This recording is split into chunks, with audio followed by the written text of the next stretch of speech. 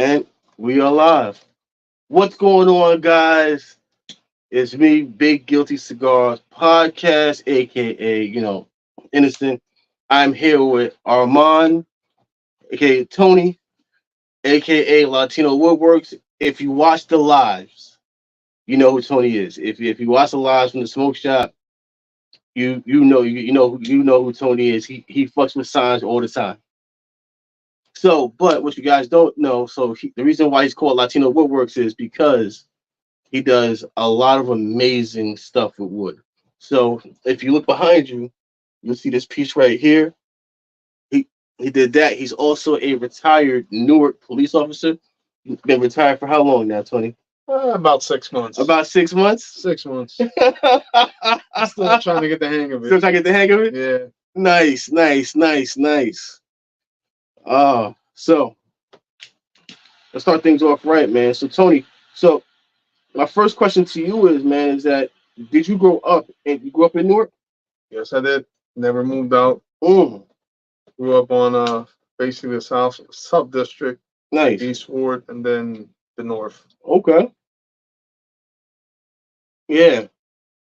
So everybody knows you as Latino. So how'd you get into woodwork?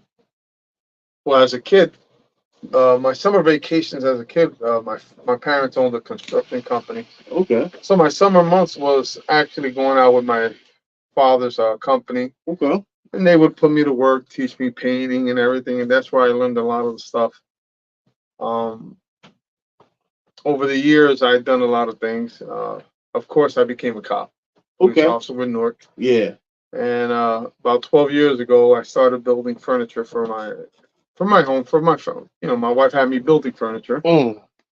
and a lot of the furniture we built, people would come to visit us. They'd Mm. see the furniture, and they would end up buying it. Yeah. So it ended up going from a hobby Yeah. into business. Basically, it's only my wife and I. Yeah.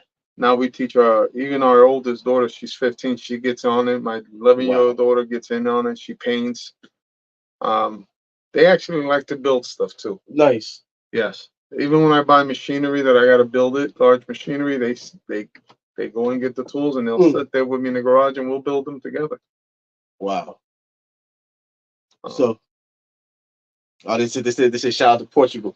They got jokes already. They got jokes already. and history only says I'm 20%. 20%. 50% is Latino. Yeah. 20% Portuguese. Yeah, man. So, like when did you really know that this was that you had a gift for it and it wasn't something that Uh, to be honest with you, I just enjoy building stuff.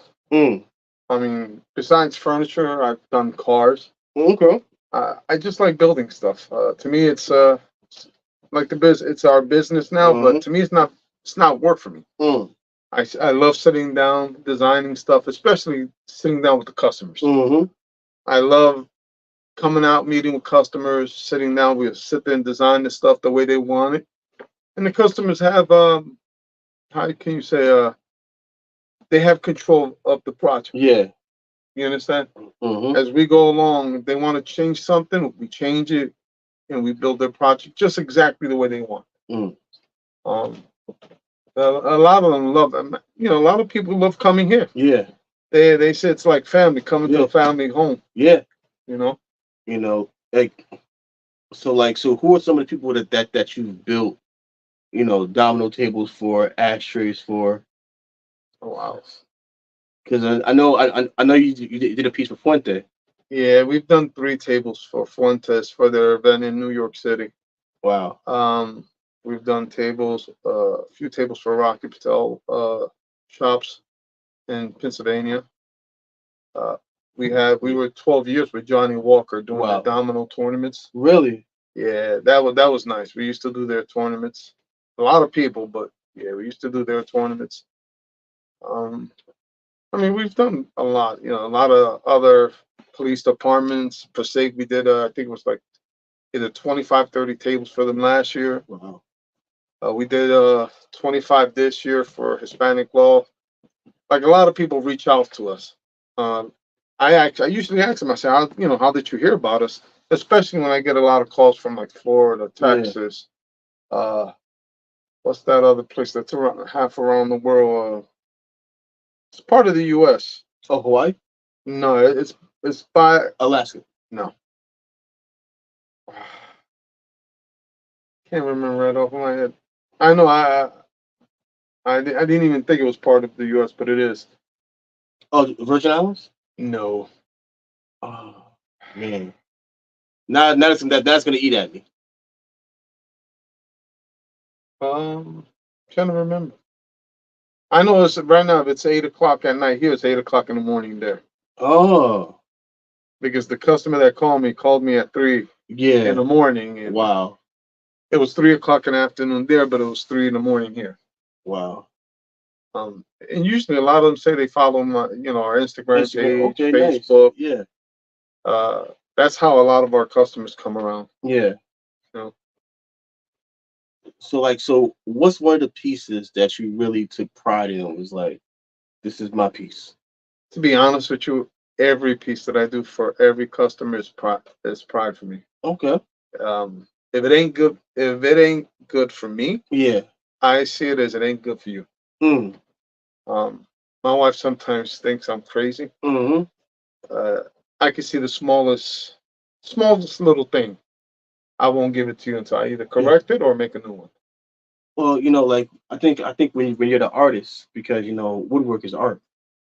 And especially when you're the artist of it, you can see things that other people can't see. Yeah, usually Yeah. people look at me and they're like, "No, it's fine, Tony." I said, "No, it's not fine. Yeah. It's bothering me. Let me redo it. If I can't redo it, I'll make you a new one." Wow. And they think they laugh. They're like, "Tony, really?" I say, "Yeah. It's our name. It's our family brand. Yeah. So it has to be. If it leaves here, I want it to be perfect. Wow. You know." My wife, she does all the hand painting. Yeah. So does Wow. my daughters. And they sit here. We'll sit here like Yeah. when we did these tables for these departments, Yeah. the large orders. They they were all here painting while I was on the other side building. Wow. And listen, my daughters love it. I teach them that if you work for your money, you get Hmm. paid, and they love the idea. They do their painting, and Yeah. listen, when I get paid, they get paid. True. Yeah. You know, Exactly. Oh, Suki, what's up, babe? How you doing, man? And if you guys have any questions for Latino Woodworks, leave them in the comments. I'll read the questions. If you have any questions on woodwork, you know, like certain pieces, like for instance, like these ashtrays right here. there you go. Oh, this it? Yeah, yeah. Look at that right there. That's uh, uh, that's a nice New York's Mets one. You know, one that I seen and it was humongous. It was a huge table, but I think it was for Main Street Cigars. yeah. Yeah, it was a 46-inch octagon domino table I made for them. Wow. It was the biggest one we ever did. Wow. It had actually when we made it, it had coasters and ashtrays, removable cigar ashtrays. Wow. So do you ever go on YouTube and to research stuff or to like get certain ideas? Do you follow anybody else that does woodwork and like that? Believe it or not, no. I Wow. s- well, usually what gets me going is I'll sit here, turn on a cigar, turn on some Hmm. music, and I just start thinking, what would I like to do? Yeah. What would I like for my man cave? What would I like in my patio? And I Mm. just start coming up with ideas, and I'll start with the small idea, Hmm. and I'll keep tweaking Yeah. it until it's what I say. All right, now that's a piece. So you want to know if you have a website. Yes, LatinoWoodworks.com. LatinoWoodworks.com. But we post most of our latest photos Yeah. on Instagram. Instagram, IG. Latino Woodworks 2 on So the Instagram. IG is Latino Woodworks 2. So go there, give Tony a follow. You'll see all of his amazing art. And I seen you did one for the firm. That one was real nice. Yes, I did a couple of them for the firm for their cigar fest this year. Yes, yeah. Yes. That was a real nice event. Them guys over there, great also. Mm. So now, so you've been to Cuba a few times. Twice. So when you go to Cuba, do you get any inspiration while you're over there? Yes, a lot of the trips that I do, I usually take my camera and Yeah. or my the phone, of course, and I like taking pictures of buildings, anything Hmm. that catches my eye that I could imagine it on a table or maybe on a wall plaque or Yeah. something. I'll take photos Yeah. and I'll save it. And over time, I go over the photos just to Yeah. look. And it's funny because you might look at it today, you won't think of them, but you might look at it 2 weeks from now, and you'll Hmm. have 10 other ideas to do with that photo. Wow. So Like, do you ever like your photography? Now, are you like Mario and Angel when it comes to photography? oh, negative. Those guys are pros. They're real good. I'm listen. I learned a lot of photography from them. Mm, I bought a camera. Angel is very knowledgeable. Also Mario. yeah. And actually, this last trip, I took some awesome photos. Yeah. Mario was there with me. But between both of them giving me advice, Yeah. I've been able to get some beautiful pictures in Cuba. Wow. Yeah, I mean, I think Cuba's beautiful. Yeah. Even though some people, uh, how can I put it? Some people get upset that you go over there, but Hmm. I like to go to different places, Yeah. learn, different cultures. You get to meet people. My Mm, big thing is always I enjoy meeting people, yeah. hanging out with them, sitting talking. You'd be surprised the stuff you learn from Yeah. other people. Mm. You know, That's because that's that's the most, and that's kind of the reason why I have the podcast is because I like talking to people. I like hearing people's stories. You know, yes, because then you get a more, especially for people who are watching, you're able to, you know, you get more personal. And yes, so, I like when I'm in interview, I always try to get the people to find something that they can like, wow, that's really interesting, you know. And you know, you also being, former Newark PD, just going from that to now doing something so like it's not work for you. So it's a passion. And the money is more of a cherry on the top. yes, You know, perfect. the money it's not because you're doing it, not because you know it's it's like, all right, well, it's like a chef. It's like they enjoy my cooking. Yes. So so you has a question. So his question is, um, what's your top three favorite smokes? American favorite smokes. But As you see, I'm a Placencia guy. yeah, You can mm, see it in the humidor. yeah, I mean, I got Opus X and uh huh, stuff like that, but I like Placencia mostly. mm, Um, do I smoke other cigars? Yeah, I'll try other cigars, yeah, and you'd be surprised. You like, you know, you got Sanja smokes. yeah, Most those cigars are great. yeah, You got and there's other friends that got their brands, and yeah, they're good cigars, man. exactly, They're yeah, good cigars. You don't have to spend $30 on a cigar to enjoy.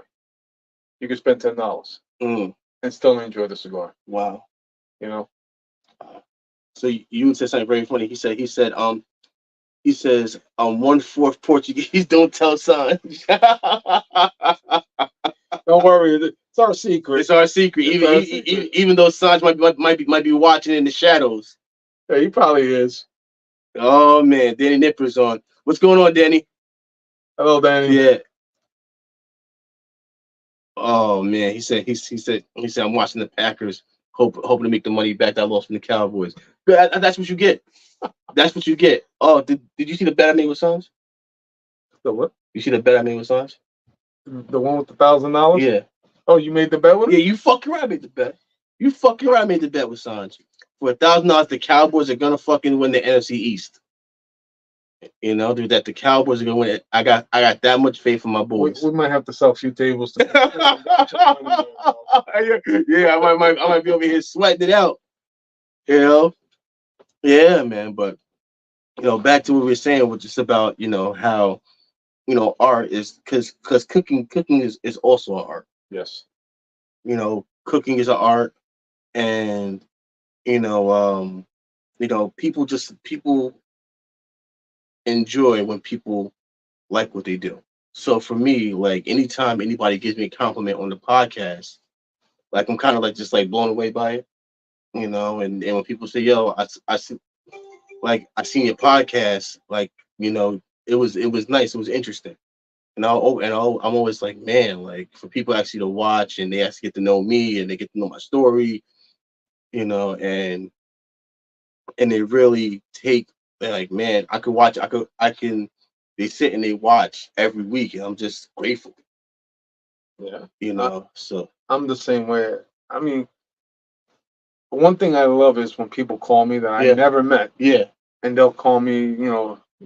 Actually, this past week I had two different cigar shops reach out to me to come out to their shops. mm, They tell me, oh, we follow you on Instagram, and we would like for you to come up. We know you're yeah, a cigar smoker. yeah, I like that. I yeah, like, and listen, even if it's 4 hours away, I'll take the ride.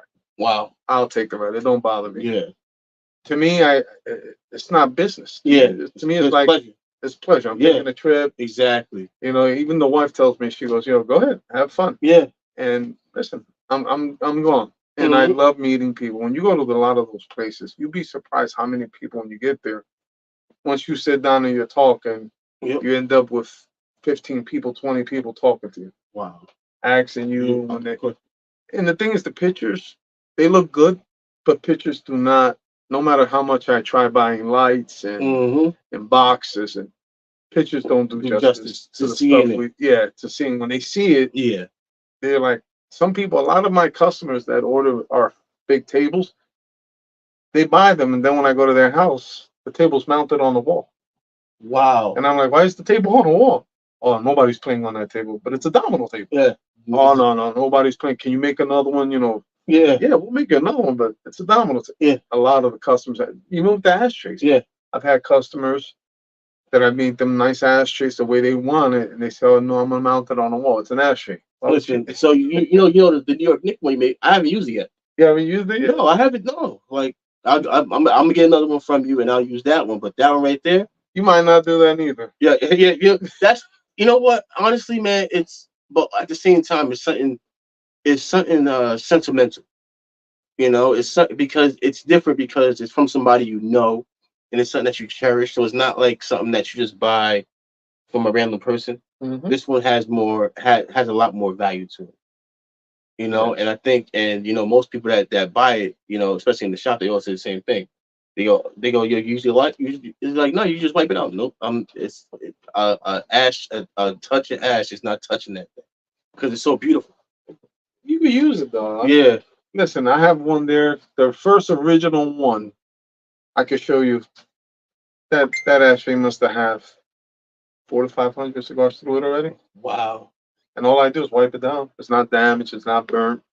wow, Um, I use it. I use it constantly. yeah, Sometimes we'll be four people here smoking. I'll have yeah, two of the wooden ones. yep, This one, mm-hmm, that one, and they don't get damaged. You can use it. wow, Just wipe them down. that's amazing.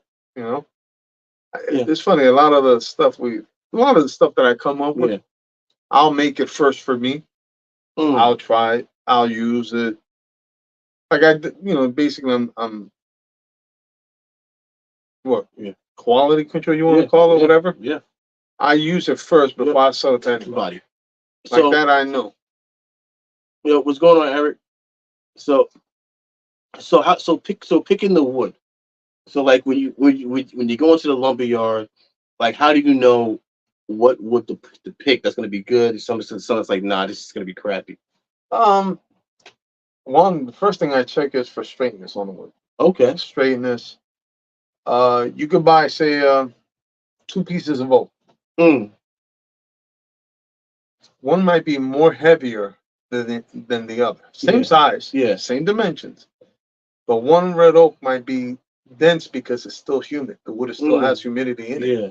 The other one might be lighter because it's less humid Less in humid. the wood. Yeah. I look at all them things when I go to buy materials at the Yeah. at like Sawmill in PA Yeah. or uh, places here in Jersey. I go to places where I'm allowed to go in Mm-hmm. and pick my own number, Mm. not places that say no, no, you buy it and we'll give you Yeah. what we got. No, I need to pick that's my big. material. I That's need to big. make sure the grain looks Yeah. nice. Mm-hmm. Doesn't have stains in the wood that don't look natural. Mm-hmm. I look at all that when I pick my materials. Wow. And the one thing too is so you did a couple pieces for. I remember the one piece you did for the baseball player. So that painting was that hand painted or No, the centers. I mean, we could do painting like that, yeah? but I usually would hire somebody for that. Okay. Usually, the center, what we do is we take a high resolution photo and we'll do a vinyl. Okay. We'll put it, Yep. then we seal it. Mm. Everybody thinks it's a glass, but it's not. I've been doing it so long that I learned to perfect pouring it, heating it, getting the bubbles out to the point that it just flans out like glass. Wow. So this piece right here. Yes. So the only thing painted on this one, you guys can't really see it like that. Well, I'm pretty sure you guys can. But this right here is the unit that he was in, Newark PD. Well, Yeah. that's the department. Department. Yeah, Yep. it doesn't say the unit. Well, sorry, the department. Sorry. Yeah. When I was in Newark, I worked at multiple different units. Okay. So so when you were younger, what made you go into the force? Um, a lot of it had to do with kind of like job security, Okay. medical Yeah. insurance. Uh, it's funny because I'll say it. I have no shame, but I used to always take the test. Yeah. And I would always score 80, like Hmm. 85, 86. But back then, if you didn't score like a 92 or better, Yeah. you were they were never going to get you on the list. Wow. At the time, I was dating my wife. Yeah. Um, actually, yeah, we were just dating. Then we moved in together, and I was at that time I worked for two different security companies. I came home one day. She gave me an envelope. I Yeah. look at the envelope. It was a course, Jeff Bernstein, out of Florida, a prep course. Wow. Yeah. I was working two jobs, so I really Yeah. didn't have time to sit down and study. Hmm. But she would actually make me at midnight when I came from the second job. Hmm. She would make me sit down and study for 15 minutes. Wow. I ended up scoring like a 90, I think I was like a 97. Mm. Within a couple of months, I was in the academy. Wow. So to be honest with you, because of her pushing me studying and stuff, Yeah. was that I made it in. Um, it's not easy being a cop, Yeah. especially when you work different units. It takes a toll on family life. Wow. And you know what? I praise her to this day. Yeah. I always say, I said, none can replace you. Nothing in this world. Wow. Yeah. She, because of her, is I managed to make 25 years in the department. Well, what the saying is behind every great man, well, a good man is a great woman.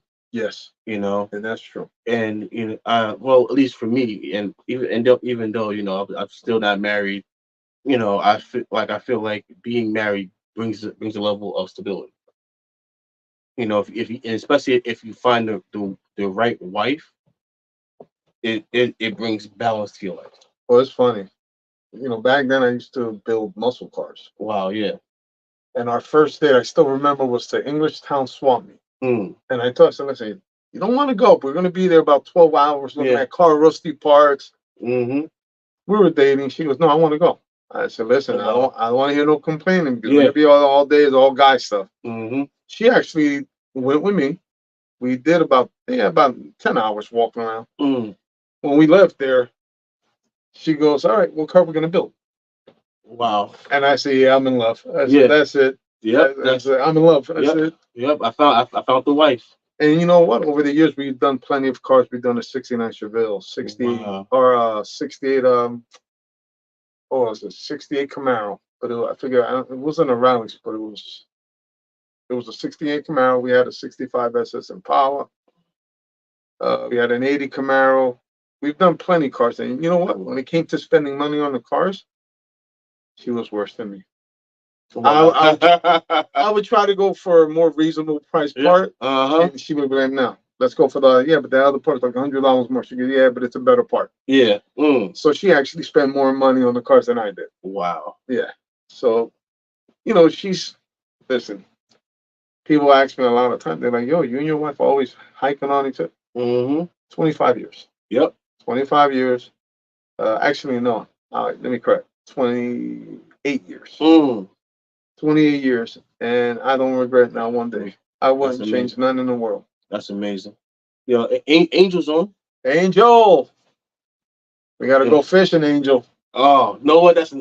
So now your fishing partner's on. So what got you into fishing? My dad. You will A lot okay? of the stuff was my dad. Yeah. We wasn't working in a construction company, Mm-hmm. we'd be fishing down in Point Pleasant. Wow. And to this day, I still go to the same spot I used to go with my father. You know what? It's like I think people don't value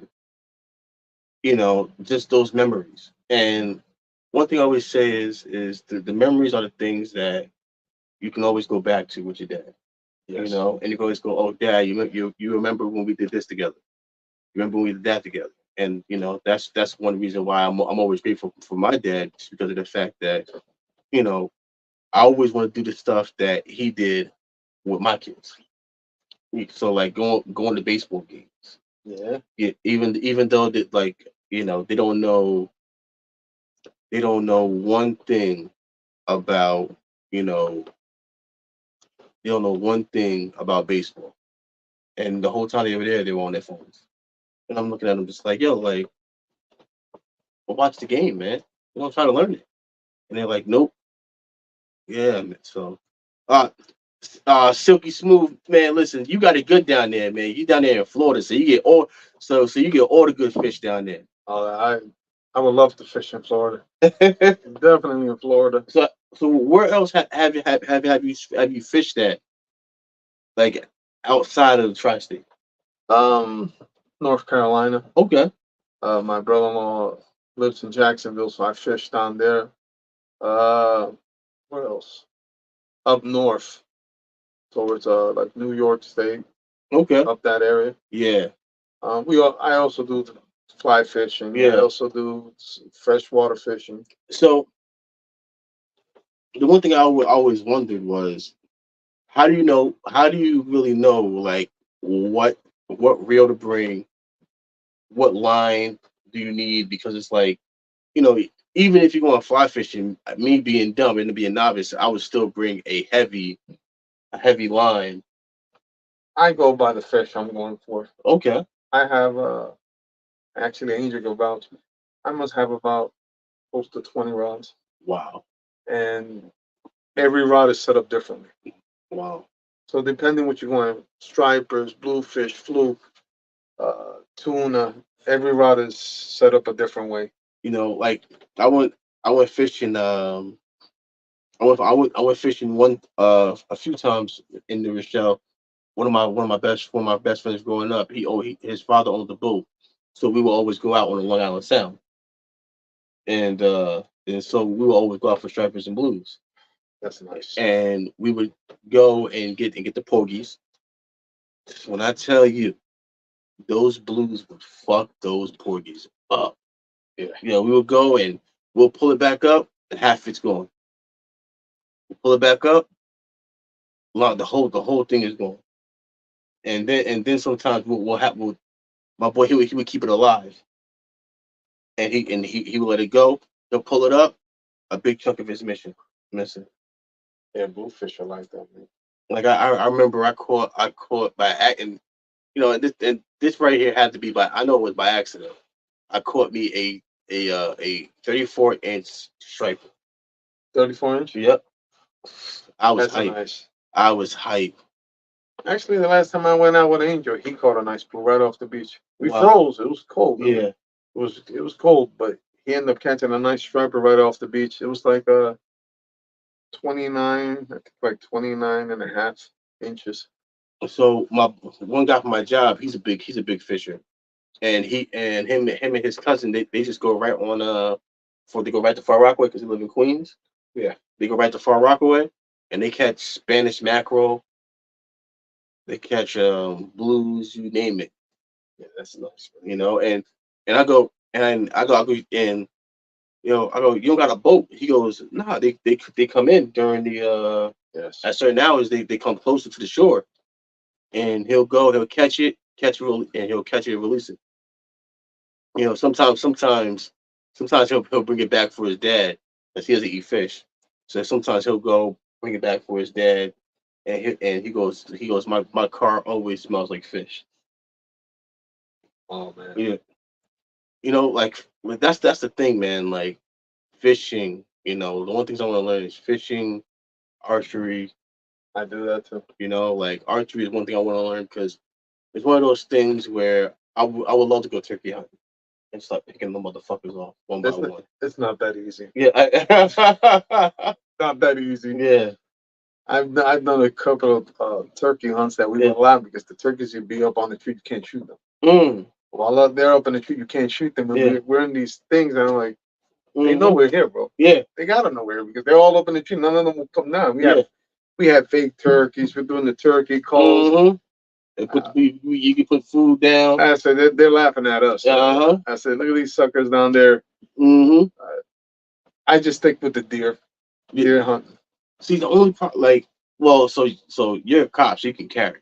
Like if I'm going for deer, I need to have something on my hip, because just in case a bear come out, or that or if that buck see you and start charging you, you need something to take him out quick. Pop pop, put his Yeah, ass right down. never had that issue. Really? Yeah, I mean, I've had deers come up close to the tree stand, Yeah. but I mean, unless you're in a blind, Mm-hmm. it's a different story. But usually we hunt in the tree stands, Mm. so you're pretty good. Bears, Yeah. in 20 years I've been hunting, I haven't seen a bear yet come around. So my friend's dad, he's a big hunter.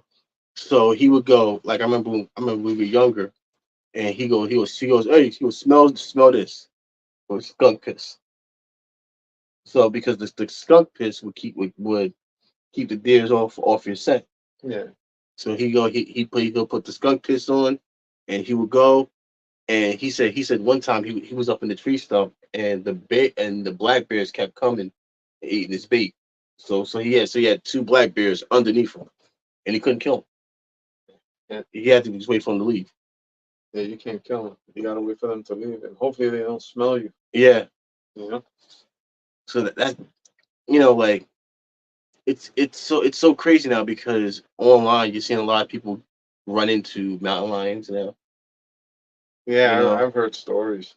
so like these animals, they're coming in closer, because all these livestock, they just going in the town now.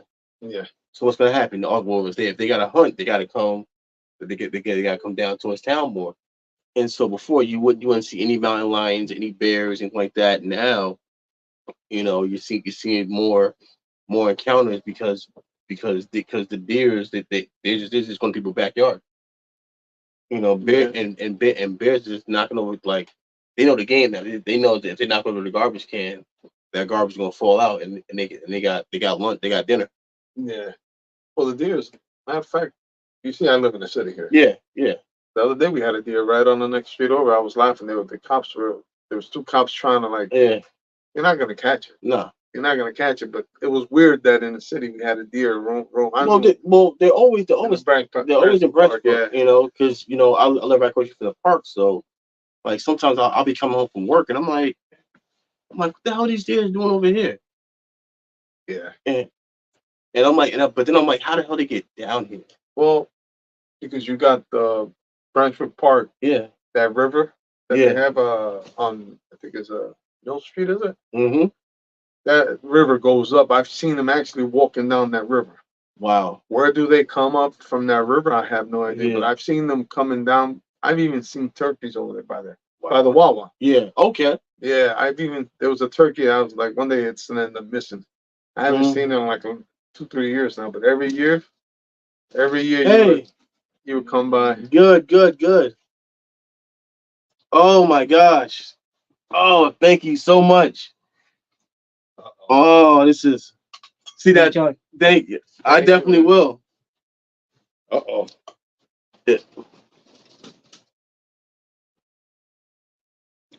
You like Peruvian Oh, food? I love Peruvian food. Peruvian cuisine is one of my favorite cuisines. No, I'll lomo, let it cool off. Too hot for me right now. and then the other dish that they make, it's like lomo, but with lo mein. Oh, the spaghetti. Uh-huh. I forget what they call it. And one thing is, it's a very interesting mix of Asian culture with Peruvian food. Yeah, like a fusion. Yeah. Yeah. So it's delicious. It's one of my favorite. Oh One no, of she when it comes to any food, Puerto Rican or my Peruvian, yeah. she cooks real good. Oh, listen. Yesterday. So if you guys know yesterday, Armand's wife, she cooked for was it your birthday or just get We do it every year in Sanja's shop. wow. She'll cook for like she knows I'm always there with San, Yeah. Mark, you, Mm-hmm. John, Angel, Mario, Pat. So she'll it's a thing we've been doing for a couple of years now. She'll cook for us. And it's like a little Christmas party. Oh yeah. Oh man, it was so good. Yo, Silk man, you gotta when down in Florida, you gotta find a Peruvian restaurant, man. Peruvian food is the best. What part of Florida is he from? I think close to Tallahassee. Yeah. Well, so you close to Tallahassee, right? Because I know. So one thing is, when a lot of people that watch the show, a lot of them will tag us in their stuff and their stories. We can then get following them, and certain people like I talked to him in DMs, and then I found out that he went to Florida A&M. Okay. So I say Yeah, he's from, Tallahassee. and yeah, and now he's out in Orlando now. Yeah. Oh, okay. So I might be down there in a year or two. oh, really? Nah, you can't leave, man. We're contemplating it. Oh no. My daughter said they wanna go down. They want a house with a pool. Oh, they're gonna start down there like, nah, I miss Newark. I miss the hustle and bustle. Uh That's how my son is. My son had his first. He's actually wrestling right now. He had his first match, and because he lives in Tampa, so every March I go to Tampa every March. I should send me a video of his match right now. nice. So I go to Tampa every year in March, and and I like Tampa, man. I like it a lot. Yeah, is it enough for me to move there? I don't know, but I do. It's for me, it's the perfect vacation spot. I'm looking. I am looking for. I'm tired of the cold, and I'm Yeah. tired of the snow. The cold and the snow is bad for me. It is. Nah, I can do it. I can know what I always say. I have to be an hour outside the city.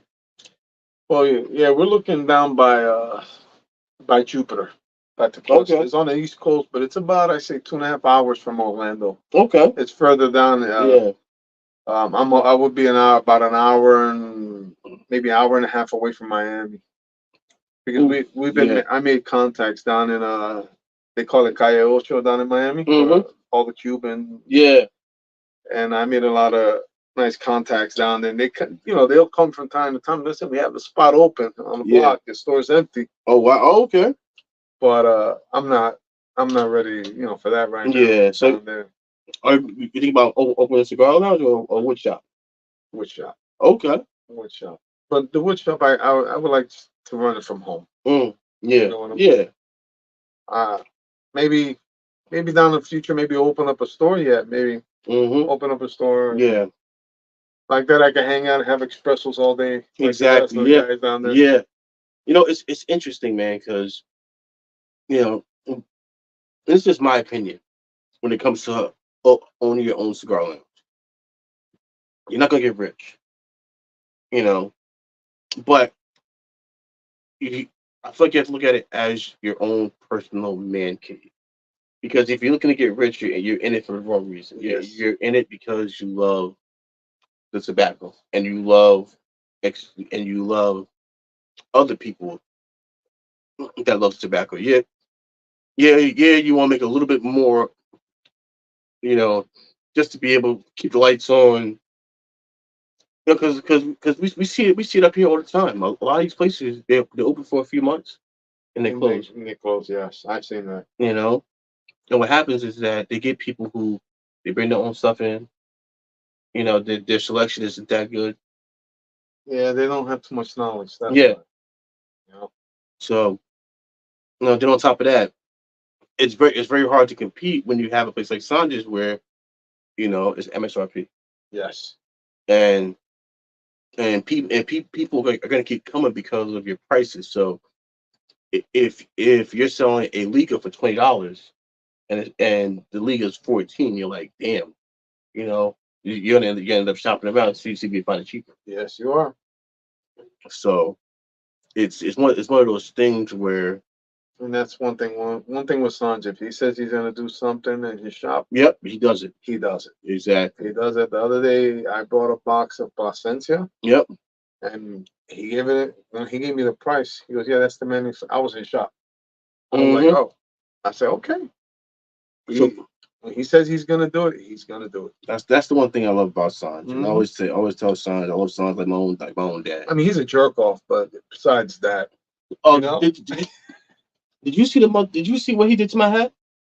oh, the one he set on fire, Yeah, that was your hat. yeah, I can't believe you did that though. yes, That messed me up. I was like, "Holy, he should have set the shop on fire." yo, man. He can't stand the Cowboys. Yeah, I You know know, that. I know. And it doesn't make sense. Like it's only a few of us in there. But luckily, he don't like he doesn't mention Saints. I'm a Saints fan. Really? How? What happened? Just like it. For some reason, The well, colors? yeah, the colors, the team, the one quarterback that retired, Drew Drew Brees, Brees? Okay. and after he retired, I still watched them, but not as much as before. You know, So, so growing up, who were your teams when you were growing up? I got into that in the last maybe 6 years because of my boy up in Pennsylvania got me into the fantasy football. Oh yeah. He got me into it, and I ended up doing picking the team. I said, Mm-hmm. yeah, that's my team. Everybody goes, really? Saints? Mm-hmm. I was like, yeah, Saints. What about baseball? The only sports I really follow is Mm-hmm. NASCAR, Really? fishing, any fishing type of programs, I'll follow Mm-hmm. that. Drag racing definitely because I used to love drag racing my cars. But that's about it. I was never big on, I'd go to games with the guys and stuff, Yeah. but never been my thing. You know. Plus, my thing was always if I wasn't building, working on cars, building cars, it's working on furniture. Mm, one thing I like Formula One.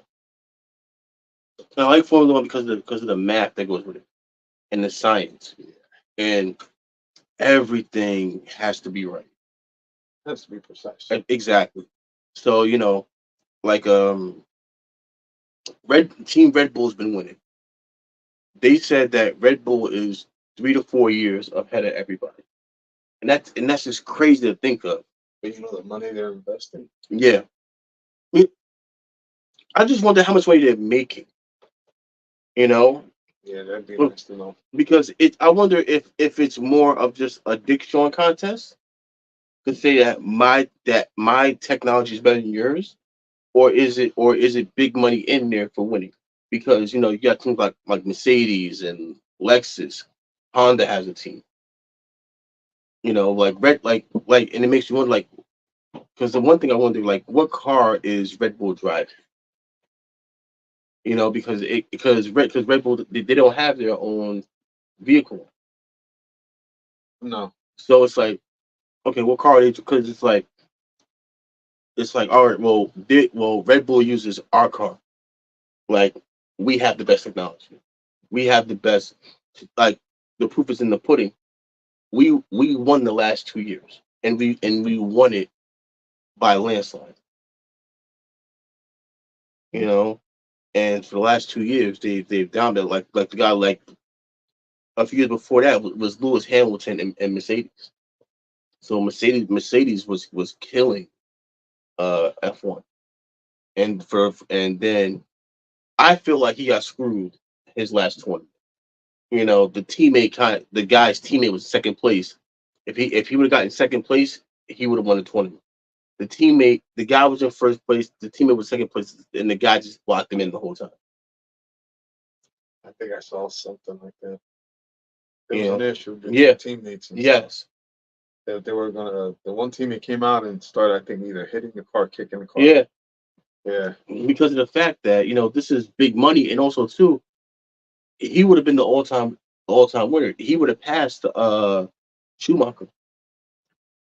That's a name. Yeah, That is a name there. he would have beat Schumacher's record. Right now he's top, and that eighth championship would have put him over the top, and then he's talking about retiring. It's so interesting because the difference there is that it's a lot more turns. Yeah. So so you would think it's not they might not be going as fast as NASCAR. No, I think they go faster. Really? Yeah. Because I did that NASCAR experience last year, was it? Or Yeah. the year before down in Florida in Daytona. Yeah. I think I was only able to get the car up to about 167. Wow. And I was nervous. I was worried about crashing the car. Yeah. Well, you know what? I just wondered about the G force because I know you have to feel that in your stomach, and it has to feel like you're being on a constant roller coaster. Even with drag racing, if you're running a car in the tens, you're gonna feel the G force. Wow. You sit snug in that seat. Wow. You will sit snug. Like in the NASCAR, when I did that run, I did about 5, 6 laps, Mm. and at first the car was sliding on Yeah. the curve because I wasn't going that fast. But as the crew Mhm. chief kept telling me, Tony, you gotta speed it up. You gotta get it up there. Mhm. He goes, the faster you go, the car strains out, Mhm. and sure enough, the faster I went on the curves, it was like natural. Wow. It grabbed into the curve. At first I was worried because I'm like, man, I don't want to crash this car. I don't want to Mhm. be responsible for this car. Yeah. But once you get after the second lap, third lap, I said, wait up, and I started going faster. But I did about between 157, 167, something like that. Mhm. And I said, yeah, I'm good. Mhm. I did something I want to do on my bucket list. Yeah. It was nice. My daughter did it with a pro driver. Wow. The driver that she was with, they zoomed by me like I was standing still. Wow. Yeah. Then she was bragging about it. She goes, "Oh, I went faster than you." Wow. You know, but and she enjoyed it. She wants to build a car. She wants me to build a car with her. Wow. And right now we have a '72 Nova that it's in the yard. We're thinking about building it, but depends because again, we might be moving down to Florida. Yeah. So if we're gonna move to Florida, I don't want to be touring so many projects and trailers Exactly. down to Florida. Exactly. But once I get to Florida, I might. It's different. Maybe Mhm. I could build a car down there with her on on a weekend. That's amazing that especially the connect, and she's always gonna remember that. I did this for my dad, you know, and Um, that's something that you can't get back. she's 15, and for the last 2 years she Mm. used to do the oil changes on my truck. Wow. I would get on the where she go to the toolbox, get the ratchet, the socket, the extension, and I would get under there and watch her. I even filmed her one time. Wow. And she learned quick. She learns quick when I teach her, and she loves it. She loves it. When I say I'm going to a car show, she's the first one. All right, I want to go. Wow. Everybody's will stay, but she's like, no, I'll go with you, Dad. And she's there taking photos, asking questions. What's this? What's this? What is that? That's a carburetor. This is a Mhm. distributor. I'm trying to teach my daughter. We're Mhm. trying to teach our daughters that stand on your own 2 feet. Mhm. Go to school, get your education. Uh, and listen, hopefully nobody gets offended, but I tell them, don't depend on no man. Stand on your Hmm. own 2 feet. Make your own money. Exactly. Point blank. You know. You know, and when you find that man, just make sure he has his head on his shoulders. Yes. You know, Yeah. make sure that he has his head on his shoulders. That he comes from a good background. Don't be with a knucklehead. Hmm. So going back to you being a cop. You know, I'm pretty sure in Newark, you dealt with a lot of BS in Newark, and just how much has Newark changed? You know. I love it. You asking me this question. Luckily, I'm not a cop no more. Um, Newark is. How can I put it? First of all, being a cop is, you know, working in certain cities, Newark, Camden, Hmm. some of these cities, it's tough. Yeah. You got different nationalities, different Yep. people. You got to learn to deal with everybody equally. Um, Crime, Yeah. I don't care what anybody says. You're always going to have crime. Yeah. Drug dealers, if you take 2 drug dealers off the corner, you'll You have get four two. the next day. Yeah. It's no That's the matter same. what you do, that's what it is. Uh, we have a lot of shootings in Newark. They say, it's funny.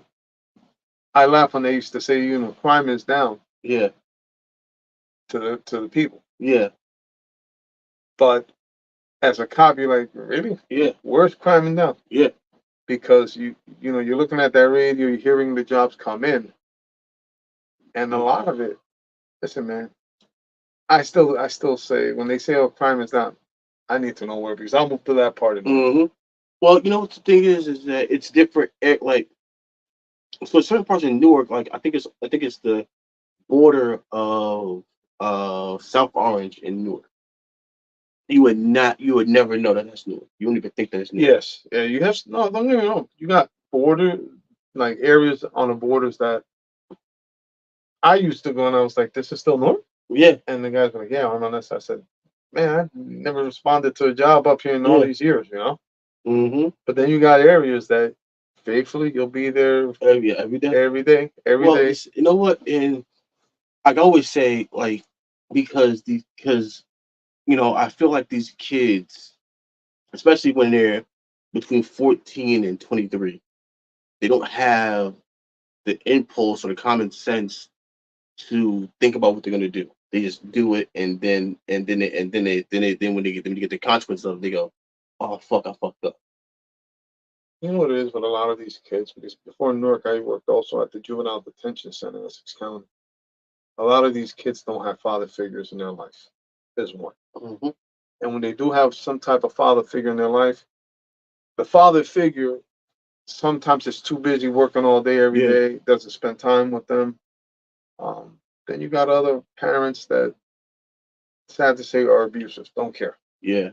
They'll kick the kid out, go, come back later.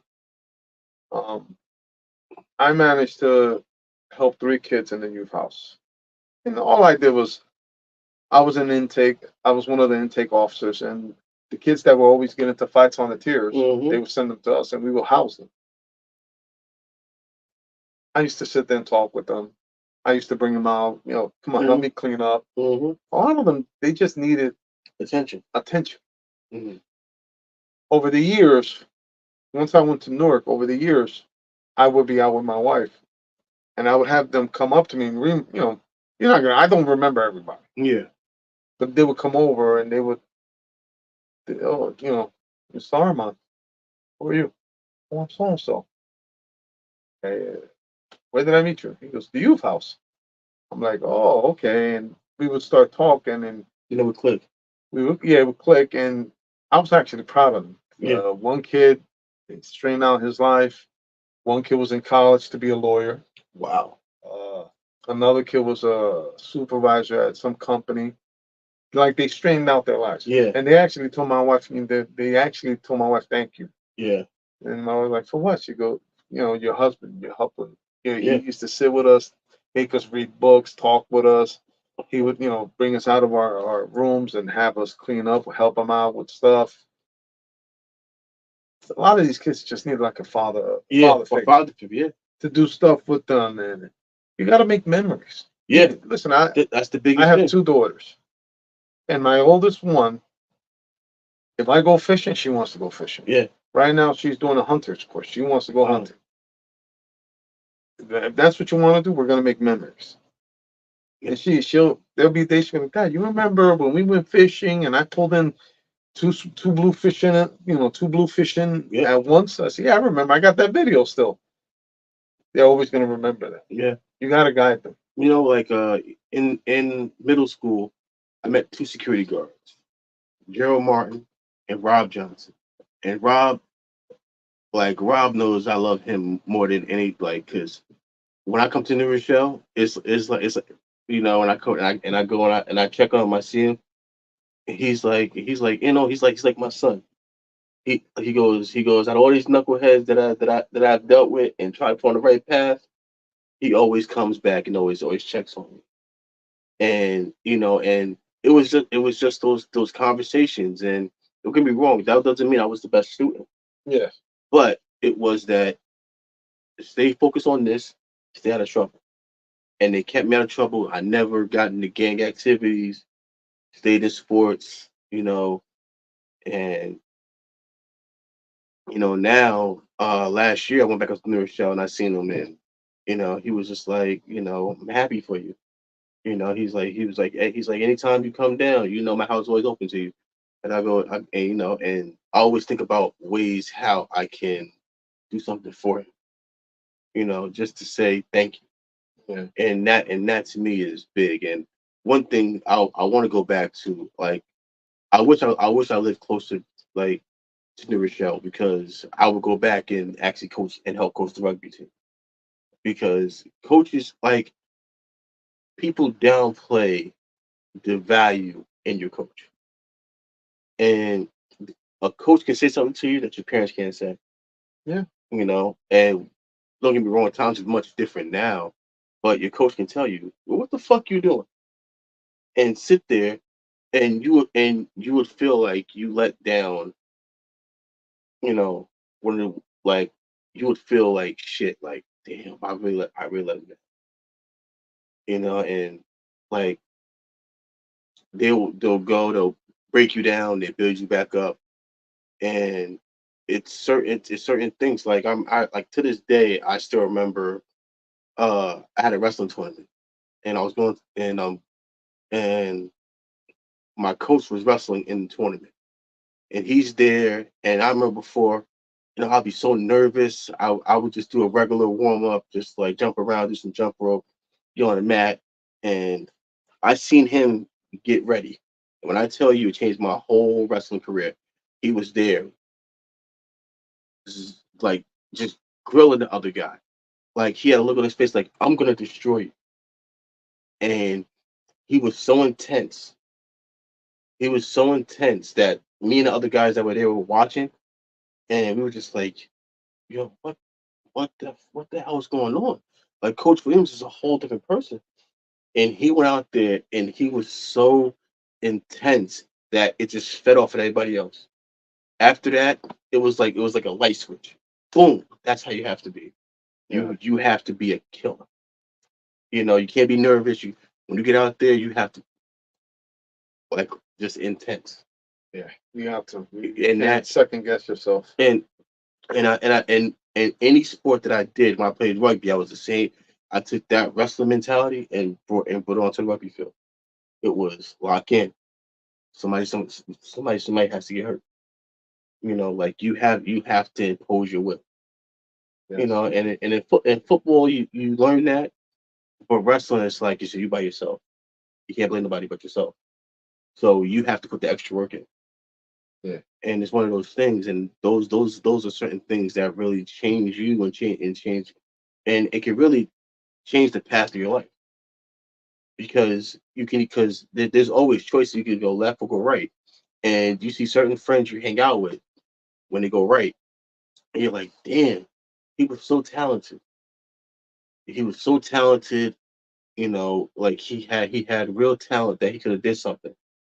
And you're like, man, and what were they doing? They're smoking weed, you know, like not going to practice, want to run the streets, and the problem, and and when you run the streets, what do you run in the streets, getting into trouble, looking for reps this way, girls like, oh, like, oh, he out here popping off, so you know, like that kind of thing where it's like, all right, well, I'm gonna go and find the hood boogers, and the hood boogers ain't nothing but trouble. So you mix that street life with chicks that like trouble. It's gonna find you. Yeah. So Yes, it is. and and I'm pretty sure for you, like I'm pretty sure you've seen 16-year-old kids, and you're like, yo, why you like what's that anger? Why do you feel like you have like your only resource is violence? And I always say, I'm always joking, say it's something in the water. It's something in the water that make these kids so violent. But at the same time, too, a lot of times what happens is that when you don't have a father, what do? Your emotions are like a woman. Yeah. You don't own your own, like, you just go for impulse. You don't think things through. They have no guidance. Exactly. No guidance. So it's like, all right, like I can fight this guy, but all right, what's the consequences of it? I can let it go, walk away, call it a day. If it's still going on, a few days later, I know I got to handle my business. But some people like, all right, well, this is my only recourse. Like it was like I watch so much. Like when I'm at work, I'll go on YouTube and just see news from like from DC, Baltimore, Detroit, and you see these 12-year-old kids doing. And what happens is that you got the older kids having young 12-year-old kids doing carjackings because what happened because they don't go to jail. They go to juvie, and they're out in a year or two. And their records are wiped clean when they become an adult. Exactly. So why am I gonna put myself in trouble? Why I can teach this kid how to do it? But when we were growing up, the older guys were like, "This life ain't for you." They would take the kids and say, "Nah, nope, this life is not for you. Go do something else. Get up out of that." And now these older guys are, oh, he's 12. He want to be down. Yo, bring him in. Yeah, because they use the kids to move the drugs, Yeah, go collect the money, because they know if they get caught, like it happened to him. not gonna happen to them. But then they hold the kid responsible too. Uh-huh. Oh, you lost my product. You Uh-huh. did this. You did that. They don't care that the cop got you. Yeah. Now that kid's still responsible to pay him. Yeah, exactly. And how the 12-year-old kid gonna pay you? So they go to carjacking, Yeah. robberies, Yep. that sort of thing. Uh-huh. You know, Well, what they do is they say, all right, well, you owe me money, so now you got to do even more dangerous jobs.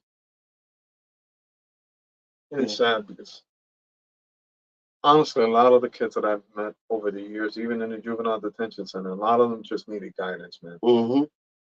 Because listen, I never expected for at least three kids that I spoke Yeah. to, and you know, once they were down there, I didn't see nothing wrong with them. Yeah. But they were calm. Yeah.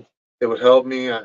I give them extra stuff they wanted, like Mm-hmm. food and stuff. Yeah. Hey, CO, yeah, come here, take it. Yep. A lot of them, if you sat down and you listened to their stories, a lot of it is sad. Yeah. A lot of it is sad. And again, when I ran into them, they were adults, Mm. adults, and they thanked my wife. They're like, thank you for your husband. He helped us. You know how good that felt Yeah. to know that I was able to help at least, three kids in the youth house when I was there. One thing I think the biggest problem too is for a 14-year-old kid to be smoking weed, it does so much to your brain. And then these kids, they become so dependent on it. Yes. They become so dependent on that drug, and then it makes them it makes them paranoid. Oh, look who's on. What's up, son? What's up, Sanj?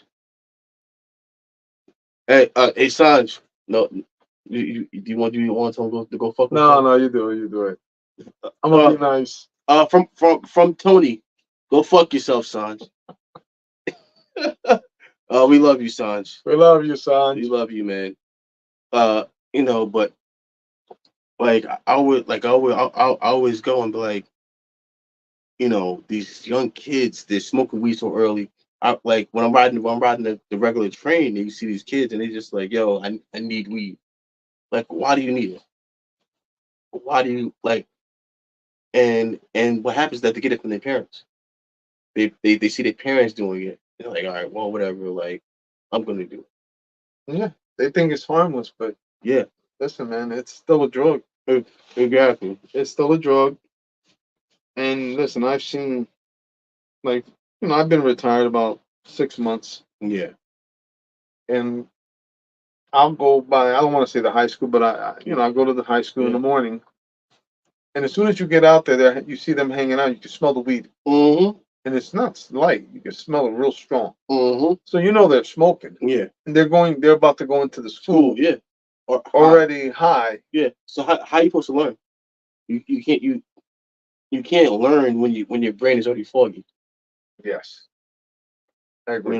You can't learn when your brain is foggy. And I feel like a lot of kids nowadays, a lot of them have undiagnosed dyslexia, and the parents that like they don't want to go and take them to get tested because, oh well, I feel bad that my kid can't read. But you're Eh, hurting him though. yeah. You're hurting him by not giving him what he needs, Mm-hmm. the attention, the Yeah. care he needs. I always feel like, as far as like, especially like as far, and this is my beliefs. I feel like black people, we don't start reading until we're older, until like 26, 27, and somebody that we respect tells us, yo, read this book. Yeah, you see. Mm-hmm. He started Yeah, already. exactly. This motherfucker. Mm-hmm. Uh, we're retired for kicking your ass, son. I knew he was gonna start. I knew it. I'm surprised he ain't making Portuguese remarks Yeah, over there. exactly. Although they're gonna start, but that's just one thing. It's like, why wait so late till it's like, because I didn't start reading books until I was 27, 28, and that was because my boy was like, yo, read this book, The 40 Laws of Power. Read this book right here. Read the biography of the first book I ever read was the autobiography of Malcolm X, and then from there I got into science fiction stuff. For me, I'll tell you right now, I hated reading books. The Oh, only this. books that I used to love reading, Mm-hmm. engine building books. Mm. Uh, like Hot Rod magazine back Yeah. in the day. Mm-hmm. Heavy, I think it was a Chevy magazine. Mm. You gave me one of those, I would read it, especially if it came to Yeah. like modifications, Mm-hmm. combinations. I used to sit there and read it. I could read it 3 times over. It's Love it. it's interesting because now my son, they both read a lot of manga. That's their thing. He's driving. Oh. Drive safe, son. Uh-huh. Yo, what's up, Block, man? Hello. What's going on, brother? I can't wait to see you in a few weeks, man. Yeah. Yeah, you know Block, right? No. He comes up with his wife, Bree. He's always with G, the tall. Yeah. Yeah, he's Oh, okay. Yeah, yeah, yeah. I met them before. yeah, Yeah. yeah. Thank you, Block. Thank you. Thank you Yeah, so much. yeah. Like, but then it's like, man, it's like you start like my boy. He can read he'll finish a book in a week, and I'm like, yo, how the fuck you finish this 300-page book in 1 week? It's a lot of reading. It's a lot of reading, and I'm It's a like, lot of reading. and he goes, you train your mind to it, and you're able to just. I'm like, I listen. I'm like, I could read like 4 or 5 pages, and I'll end up falling asleep. So I'm like, I'll try to get through a chapter a night, and Yeah. and then and now everything for me is audiobooks, You know what? I can't do it. I rather read. You know, I can't do the audiobooks. I like the audiobooks. I've like on my audio book account, I got like 108 books because I got the monthly. Okay. So every month I get a credit. I got like Stephen A's book. So like I had no idea, you know. Oh, so Block says weed is the new cologne. Yo, you right about that? Yeah, you're right. Definitely right. Yeah. Please. Play girl. Oh, fuck you, son. Look, you would know I play girl, right? Uh huh. No, but for yeah, he would know about Playgirl. Uh huh. Mm-hmm. You know, but Setting up profiles on yeah, men pages and stuff. exactly. You know, and until I listened to Stephen A's autobiography, I had no idea about the knee injury that he had, the reason why he couldn't play basketball, even though he wasn't going to the NBA, but how he got the journalism, how he really went, and how he had two daughters, you know, and nobody knew at anything about his personal life. Wow.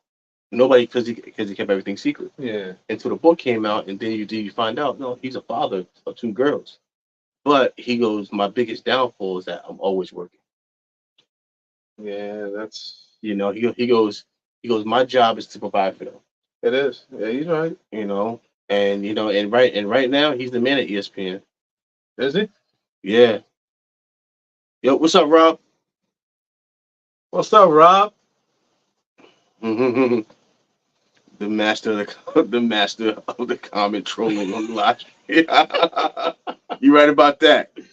You right about that, man. Thank you, Rob. Yeah. Thank you, Yeah. thank you.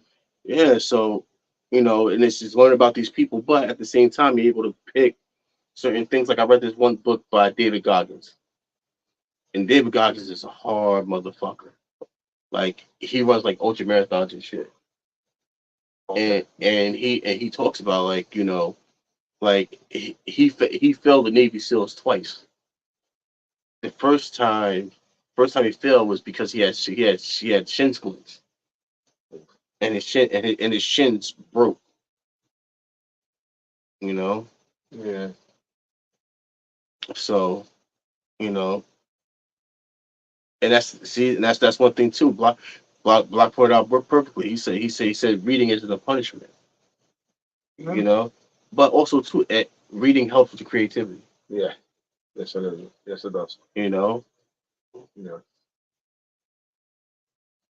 like reading really helps with your, as far as you being able to just imagine it, like damn, how can I incorporate that into my life. Yeah. And it's almost like documentaries when you watch like a documentary, like damn, that's deep, that's crazy. It is when people tell you stuff like that, it like kind of opens your eyes up, Yeah. to certain things. Mm-hmm. You know, Yeah, so like what was one moment that really changed your life? when my daughters were born, Yeah. uh, Mm-hmm. seeing my daughters born changed me. Mm. Um, After they were born, it was I didn't care about nothing else, just my family. Especially, it just I don't know. After that, like things that I would do normally, Yep. I changed. Yeah.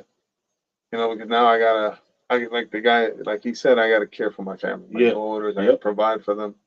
Mm-hmm. Um, that's why, listen, I try to spend as much time with them, even if Mm-hmm. I'm busy, I'm backed up with orders.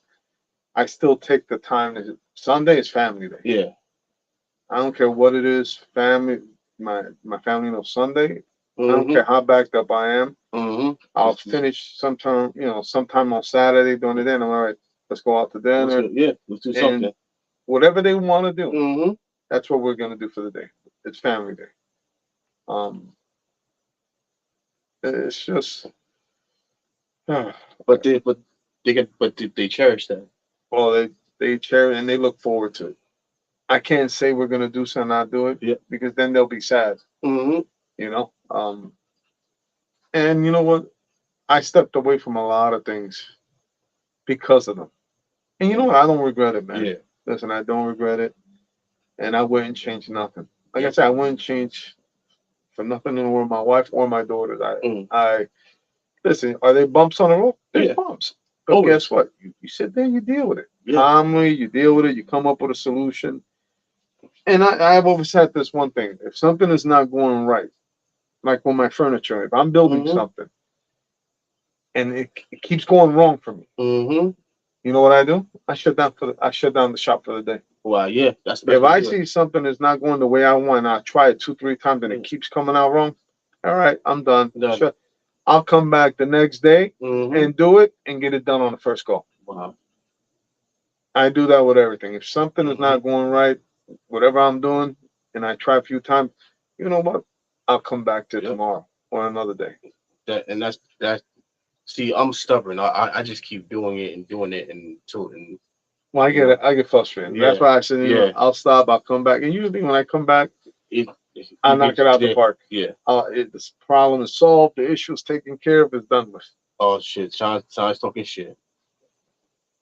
Tom, what you got to say about me, Sanj? He said when are you gonna stop eating donuts? You know it's funny, Sanj. I'm diabetic. I don't mess with donuts. Okay, don't mess with donuts. Hmm. Always starting. Yeah, always, Always always, starting. always. It's one of those things like when my oldest was born, um, I was like I live for him. I gotta make sure that he's okay. Then when my second son was born, it was like during that situation, I handled that situation really, really bad because we weren't together, and I handled it really, really bad. And then I came into his life when he was 2 months old and never left him since.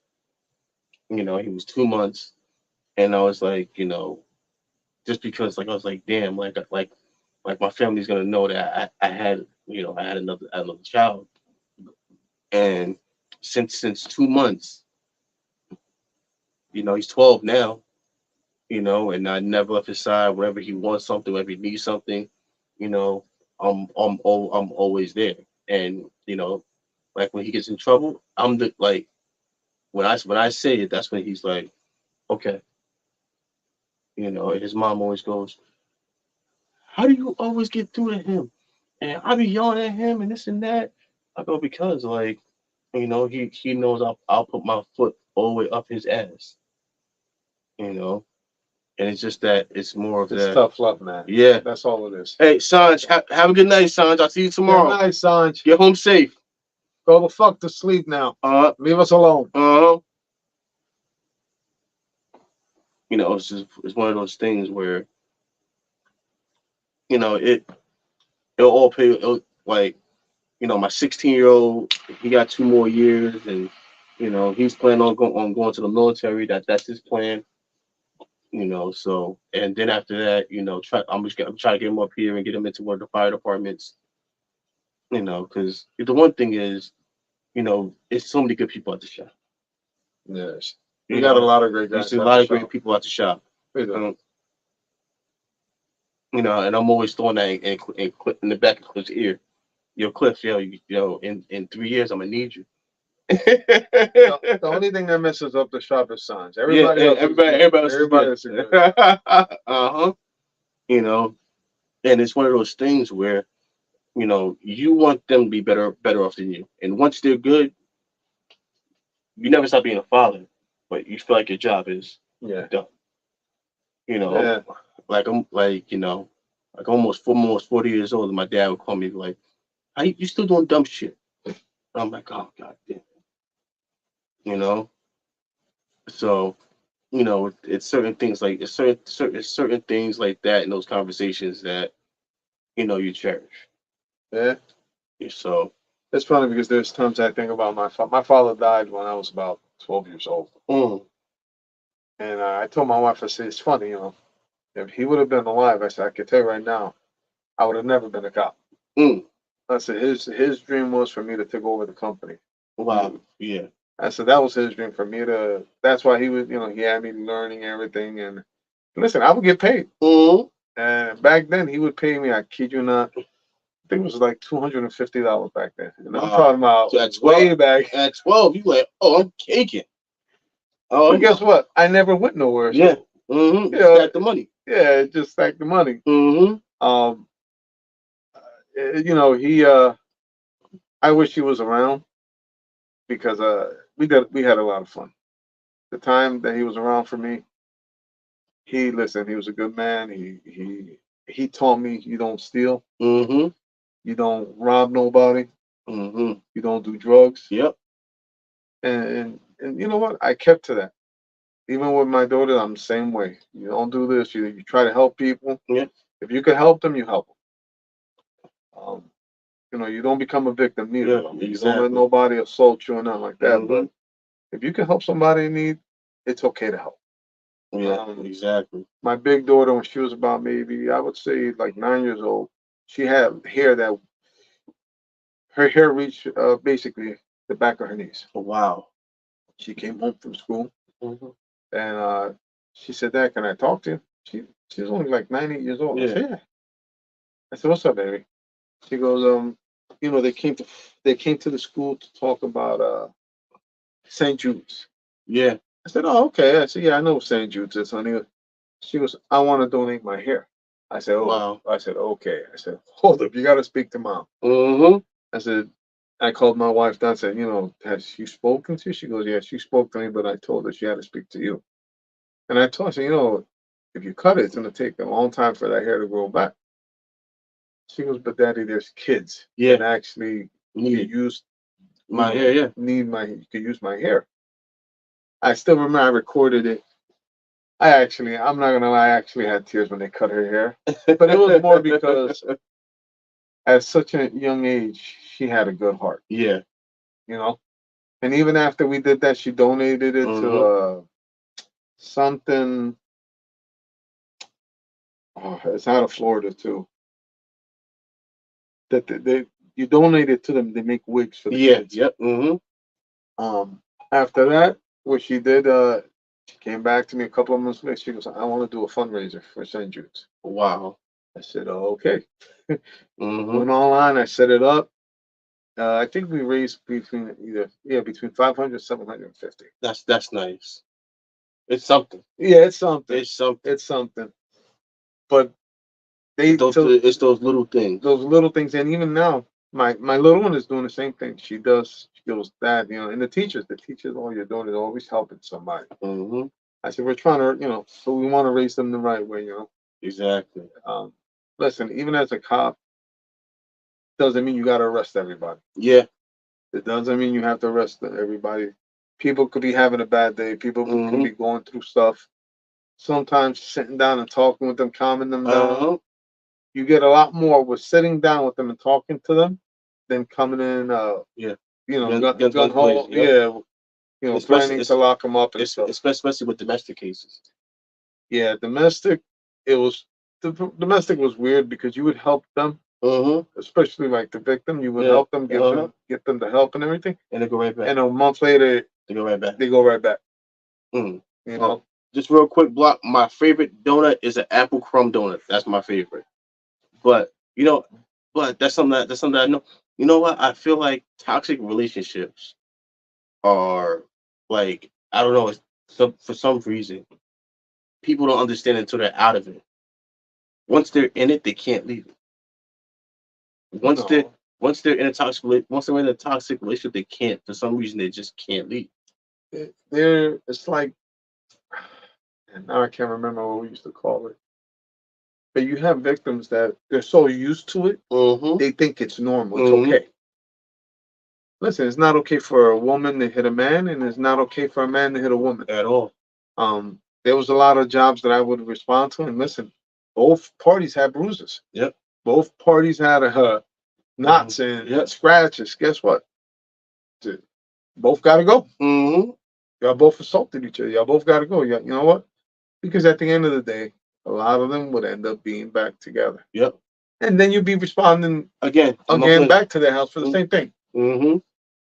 You know, um, it's Listen, all you can do is try to guide people. Mm-hmm. They either could take it, learn from it, and move Or on, or they just do what they want mm-hmm. and they're back in the same spot.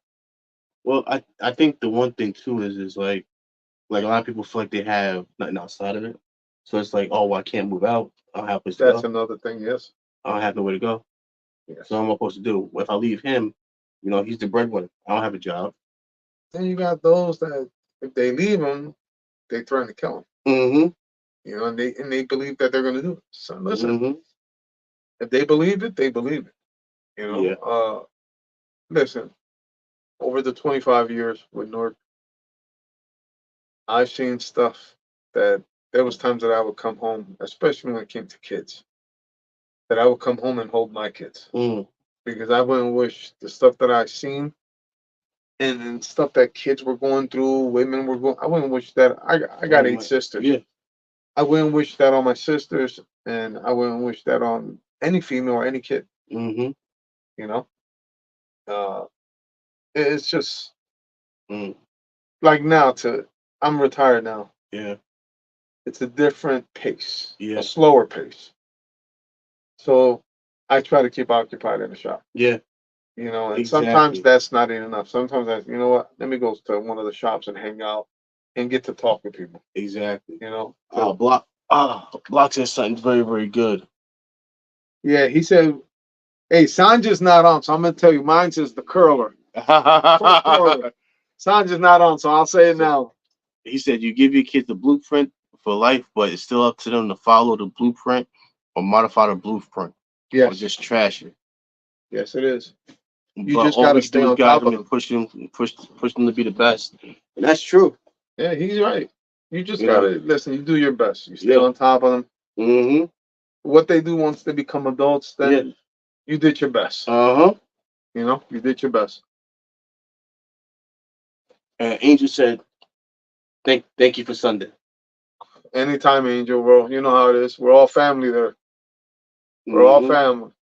Yep, and you're right, Block. That's all we want our kids to do is be better than us. That's it. And just keep it going. And do better than us. Exactly. You know? Like because at the end of the day, we don't want our kids growing up the way we grew up. No. Like you're like, man, like I don't want you going through what I went through. I mean, You know? I can't say I had it bad. I mean, listen, we were in rich. We lived in Newark.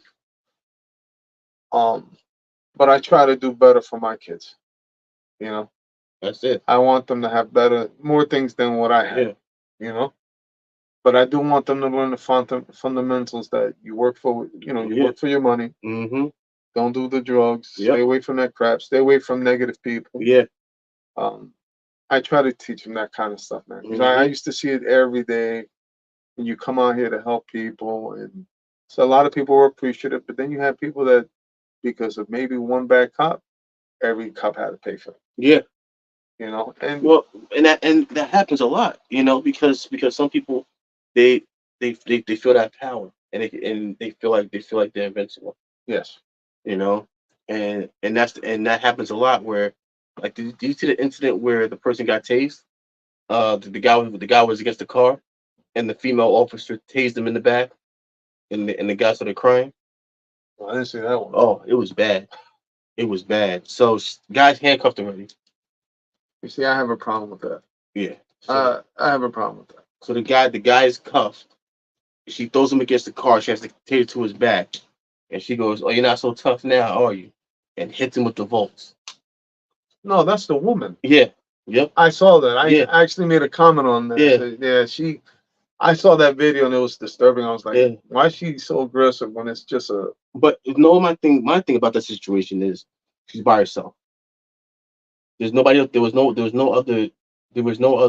other cops called for backup or anything. And she's by herself.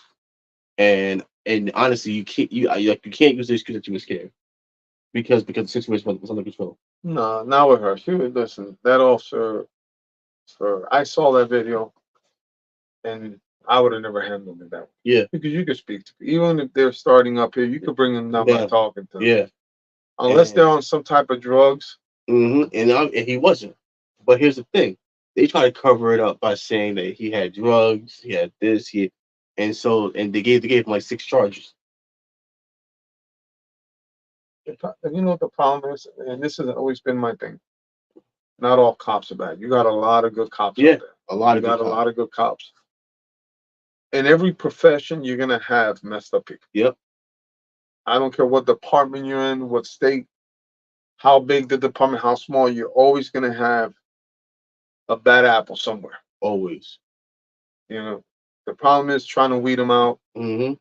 You know, the thing is, how can I put it? It's not that easy. People that go, just get rid of him. Yeah, There's a process. exactly. You need evidence. You need, Yeah, but also too, but he has people on his side that protect him because they know how he is, and you have people in the upper ranks that he knows that they got his back, so he can go and act like he is the sheriff of the city. And it's like, and then the problem comes. It's like, all right, well, if something happens to him, that whole block is getting left. You know, like yeah. like out like people talk about Sharp James. You know, Uh, Sharp James and North. yeah. I'm gonna tell you, when I came in, he was our mayor. I always say to this day, he was, I think, one of our best mayors. To be honest with Hmm. you, if there was an issue, one thing I learned working under him, if there was an issue in the neighborhood of shootings and stuff, Hmm. he would have the department organize a task force, Hmm. and we would work that area until we found who did the shooting, the whole thing. Uh, Um, he regardless of what happened, mm, stuff that he went through. mhm. Honestly, over the years, he's been to me. I know people might not like what I say, but I think he was one of the best mayors. You know what I'm saying? Mhm. Um, he always tackled the issues, and he never seemed stressed out about it. Yeah. He just handled it. That's it. Mm. It was, you know what? Let's just get it done. Yeah. You know? And but at the same time, you need somebody who backs the like I feel like Mayor Adams, he's caught in the middle where he wants to back the blue, but then he has these liberals in his ear, that are like, oh well, you're giving your cops too much power because now that he's mayor, he's like, listen, like, all right, well, I want to be able to make New York City safe again. The You got pro you got to back up your department. Yeah, and that's the thing.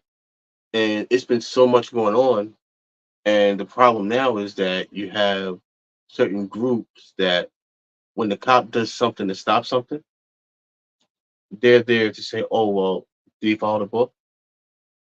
Did you do this?" But then you're like, "All right, but this is somebody that's bad. We're getting them off the streets. Hmm. So what? So you want him to stay out there? That what you want? You want him to stay out there and keep creating chaos? The sad thing is with that bill reform that came out years ago, Yeah. I've seen guys get locked up multiple times for burglary, Mm-hmm. and they're out within hours. Wow. They're out within hours. And guess what? I'll give you an example. I won't name the names, but we had I think he was like 10 years old, 11 years old. Mm. Did multiple carjackings. Wow. Not was it carjacking? Robberies. I'm sorry, Mm. robberies. We finally catch him. I think he had like 5, 6 victims. As we're walking him out, lady comes in. She goes, "Officer, that's him." Man, what are you talking about? Oh, he robbed me. What's your name? We're going down the list. Uh-huh. Like, did you make a report? She goes, "No, I'm coming to make the report now." But that was him. Wow. By the time we got him back into the office, back into the office to do the paperwork, add the additional charges and all that. Before we even finished, he was gone already. He was home already. Wow. He should have went. My opinion, should have went to the youth house. Yeah. You have 6, 7 victims, and he had a gun. Oh my And God. the best part is when he went home, hours later, he got arrested by another town with another gun. So here we are doing all this work, Mm-hmm. but because of bail reform, you're releasing him quick, Mm-hmm. and he's going right back to the same thing all over again. And then the parents don't care. Parents, some parents have no control of their kids. Yeah. Because they try to be their friend. Listen, I've seen kids curse out their mother that if it was my kid, Mm-hmm. they wouldn't be talking. Yeah. I can tell you right now. I'm You old straight. school. I'm strict. You talk to me like that, you won't talk. Mm-hmm. Not for a while anyway. Exactly. And some of these kids I've been at, listen, you go to some of these hearings and stuff, and they just don't care Mm-hmm. because they know that nothing is really going to happen to them. They Yeah. got once they become adult, everything gets wiped and kind of wiped off. Mm-hmm. But instead of you see, and that's another thing, gets wiped off. You would figure they say, well, you know what, let me stop and let me strain out, and no, they keep at it. They get worse. Then it goes into drugs. Then it goes into Well, the you know what the thing shootings. is? They try to become smarter. All right. Well, what's the reason why I got caught? You know. And they go, well, all right. Well, I know I can't do that. I know I can't do that again. And they just be trying to become more crafty. Yeah, and some do get craftier. I mean, eventually they get caught, no matter what. Mm-hmm. They usually end up getting caught. Sooner or later, they get caught. You're gonna get caught. And then right now, listen, you can't do a crime in a city without a camera catching. Mm-hmm. Properties have cameras. You got the city cameras on the poles on the main avs. Uh, Cars. Even I've seen cars that you walk by and they got cameras on the car that record the whole time. You know what? You know what's very interesting is once COVID happened, all these kids they go around with masks, and you're like, all right, so and then it's like COVID's over, and you still wearing masks. You're up to no good. I was just reading. I'm trying to remember. I don't know if it was in New York, but once one city passed a law that if they caught you with a mask, you were getting locked up. Wow. And they actually, I was reading. I was like, wow, they're really getting strict. They said should be no reason for you to be wearing a mask. Yeah.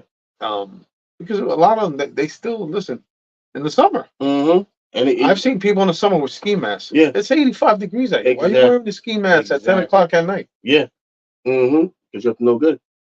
You know what the funny thing is? Like most people with it, when they have the Ring doorbell, they have the app, and you see people going up on people's porches with Yeah. masks on. Because back then it was, oh, if he's wearing a mask, we already know he's up to no good. Then I was, oh well, I'm trying to protect myself from getting COVID. Yeah. That's bullshit. Not with a ski mask, Exactly. You know. And even and it's been proven that those little cloth COVID masks they don't work. If you don't have the N95 on, ain't doing nothing. That's the truth. So and their biggest excuse is, oh, well, there's no programs for the kids. There's 50 million programs for the No, kids. there's programs. There's 50 million There's programs for programs kids. out there. You got the YMCA. Yeah. You got the YMCA. Listen, there's a lot of programs out there. It's just that parents have to take the initiative to find them Yeah, and bring them there. and bring them there. And that's the problem. They rather say, oh well, they don't have anything. They don't have any after school programs. Yeah, they do. Yes, they do. You just don't want to bring it. You rather And them. a lot of them are free. Yeah. A lot of them are free. Yeah. But some parents don't want to take the initiative to take their kids. And, Mm-hmm. some parents like, oh, I work. Listen, I work all day too, but guess what? Mm-hmm. I'm going to keep my kids occupied because I don't want Exactly. my kids running the streets. I don't want that. Mm-hmm. That's why, listen, my daughter's 15. She plays the saxophone. Yeah. Wow.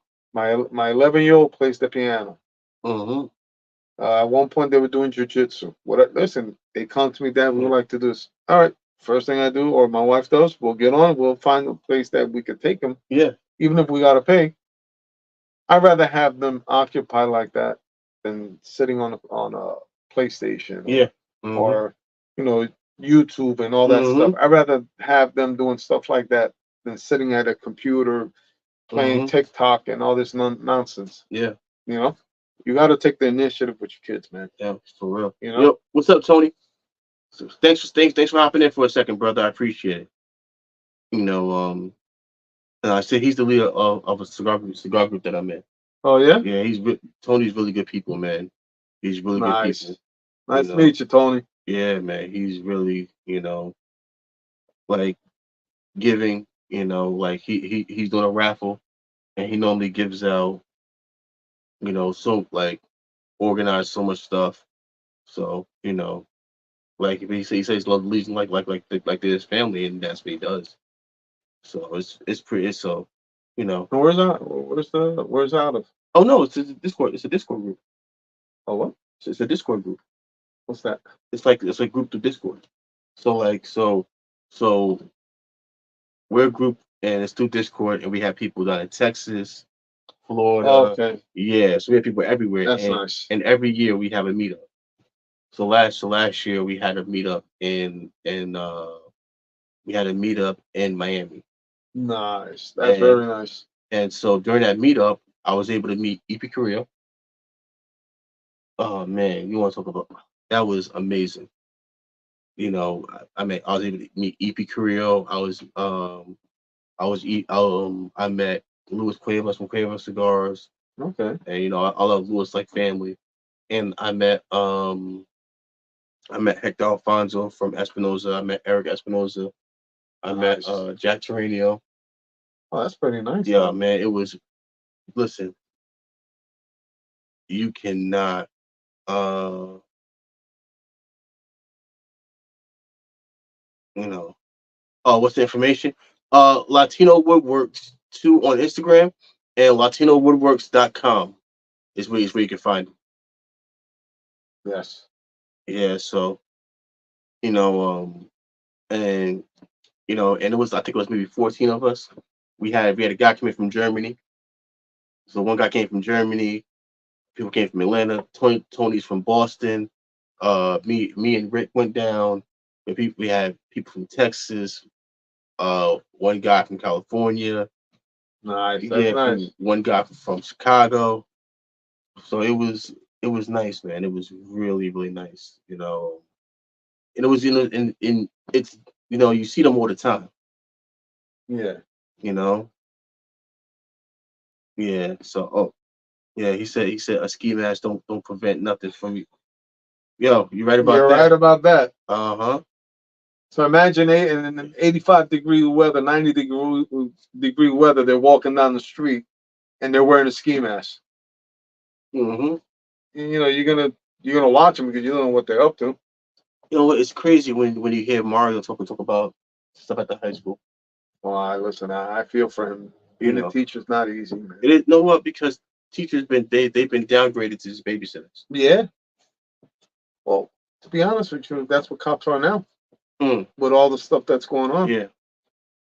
You know, Mm-hmm. some of these laws, some of these states are passing are ridiculous. Totally Well, ridiculous. New York City is one of them. Newark tried it, but the crime is so high in Newark you can't. You can't do it. You know. Listen, if you used to do what they do over there here, we would have serious chaos here. Yeah. So how is Raz Baraka as a person? As like how do you like him? I never really, I've seen, listen, I've met him, I think, maybe once. We spoke. Mm-hmm. You know what? There's not much I really can say because I really don't know him like that. Yeah. I just met him one time. We spoke at an Mm-hmm. event. Uh, Asked me a few questions and stuff. Um, but I mean, listen, it seems like he knows what he's doing. Yeah. It kind of seems like he knows what he's doing. I This was any job, anybody that takes over this city, it's not an easy job. at all. It's not an easy job. Well, 'cause, yeah, Cory Booker, he just used Newark as a stepping stone. Yeah, definitely. But you knew when he first got the job that he was young, handsome guy, charismatic. Yeah. Like and then he tried to say that he lived in the projects. You know, Did you ever pay attention to all those how you call it, those briefings? Not briefings. When they would interview him, yeah. you ever notice the story would change from time to time? Mm, We used to laugh. We were like, wait a, wasn't it this the last time? But you know, If he said he did it, he did it. Yeah. So he needs more than luck. Oh, well. Listen, I'm gonna win that bet, and then I'm gonna come into the cigar shop with a big bucket of KFC chicken. You know, the first cigar that I have for my winning, I mean, after KFC, the rest of them, I'm gonna sit back and enjoy them the right way. Like no distractions. He's like, But you know what the thing is, man? It was Pat's birthday. when? When I had the cigar. Oh yeah. Yeah, man, it was Pat's fucking birthday. It's all Patty's fault. Pat is always to blame. Mm-hmm. Pat is always to blame. Yeah. Pat has no faith, man. I'm like, Pat, you don't got no faith, man? No, I know my team. I go, Pat, you gotta have a little bit of faith. Yesterday he was hypnotized with that game. Oh yeah. Oh, listen, man. Listen, I was hyped, like, because that was a win that they needed. That was a win that they needed. You know, it's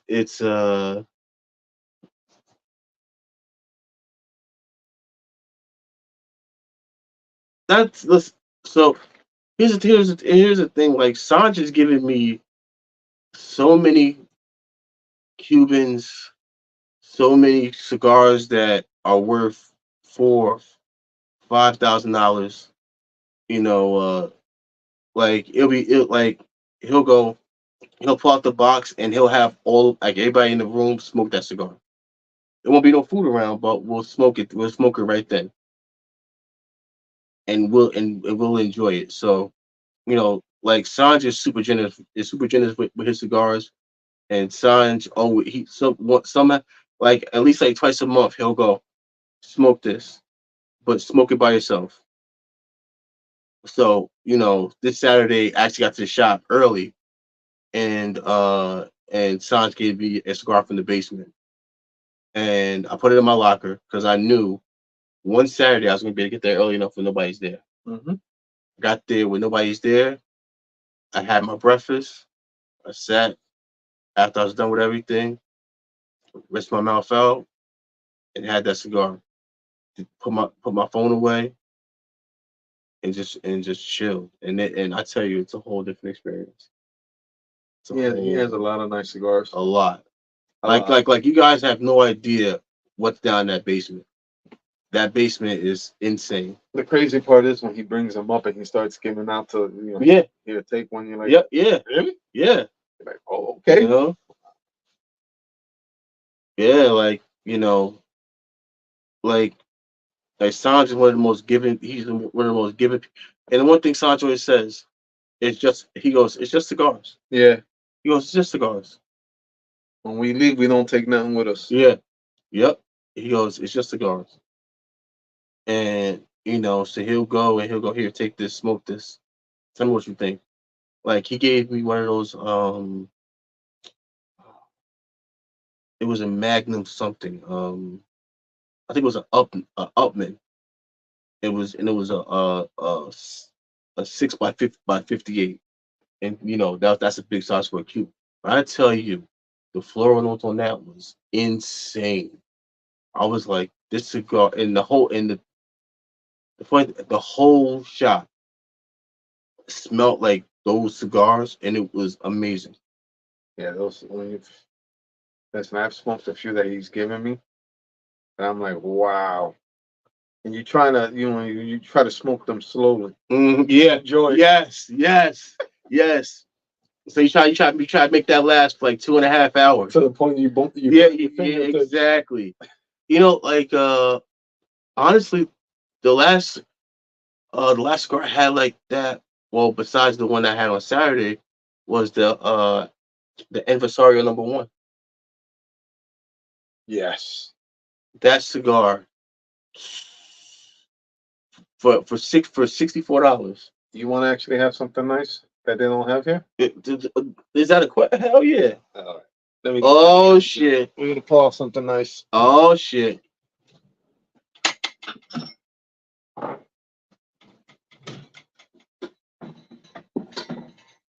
You want to show Oh, oh, look at this right here. Oh, let's see if I can get to the camera. Havana Club Havana, some Havana Club, called the Union Union. by Cohiba too. Oh, by Cohiba. Wow.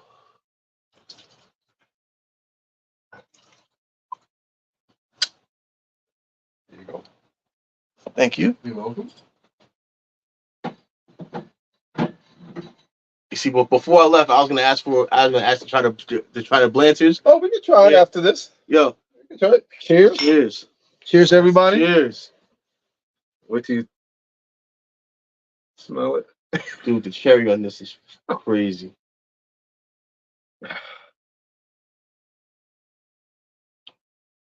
No burn. Let it settle. Oh, I'm going to. All right. Hey, Block, have a good night. Hey, Block. So when Block comes up, Block he has something called grenades. Okay. But when Block comes up, he always brings some shit. Does he? Yeah. Yeah. Nice. Block always got something. You know? Yeah. Yo, man, Silk, one day, man, you gotta get back up to New York, man. We gotta get up here, you gotta come to the shop. You know, you come up here, you getting the royal treatment, man. Cheers. Mm-hmm.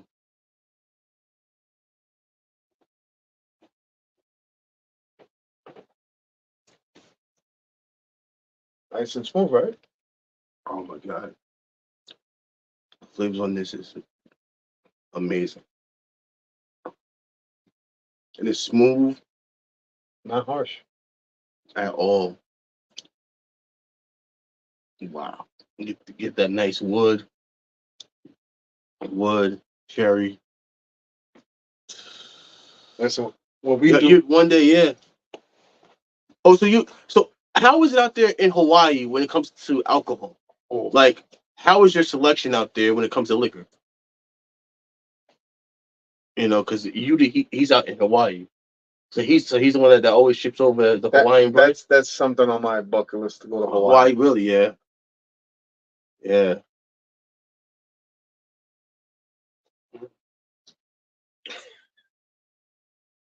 Nice, right? Mm-hmm.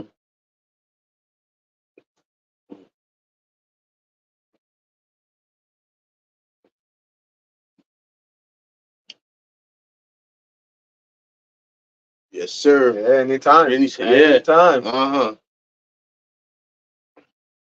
Ah, okay. Okay. See, sound like Hawaii. I wouldn't mind bringing back liquor from over there. Yeah, Stuff that you can't get here. exactly. Just to, even if I don't drink it, just to put it up in the bar. See, the one thing is, so Victor has it good, man, because he's not in Texas. And in Texas, it's the Holy Grail, because they get everything in Texas. Listen, man. They get everything in Texas. Yes, sir. The Hawaiian punch bread. Yeah. Oh yeah. Yeah, man. Man, that bread it's different. It tastes good. Oh, this is amazing.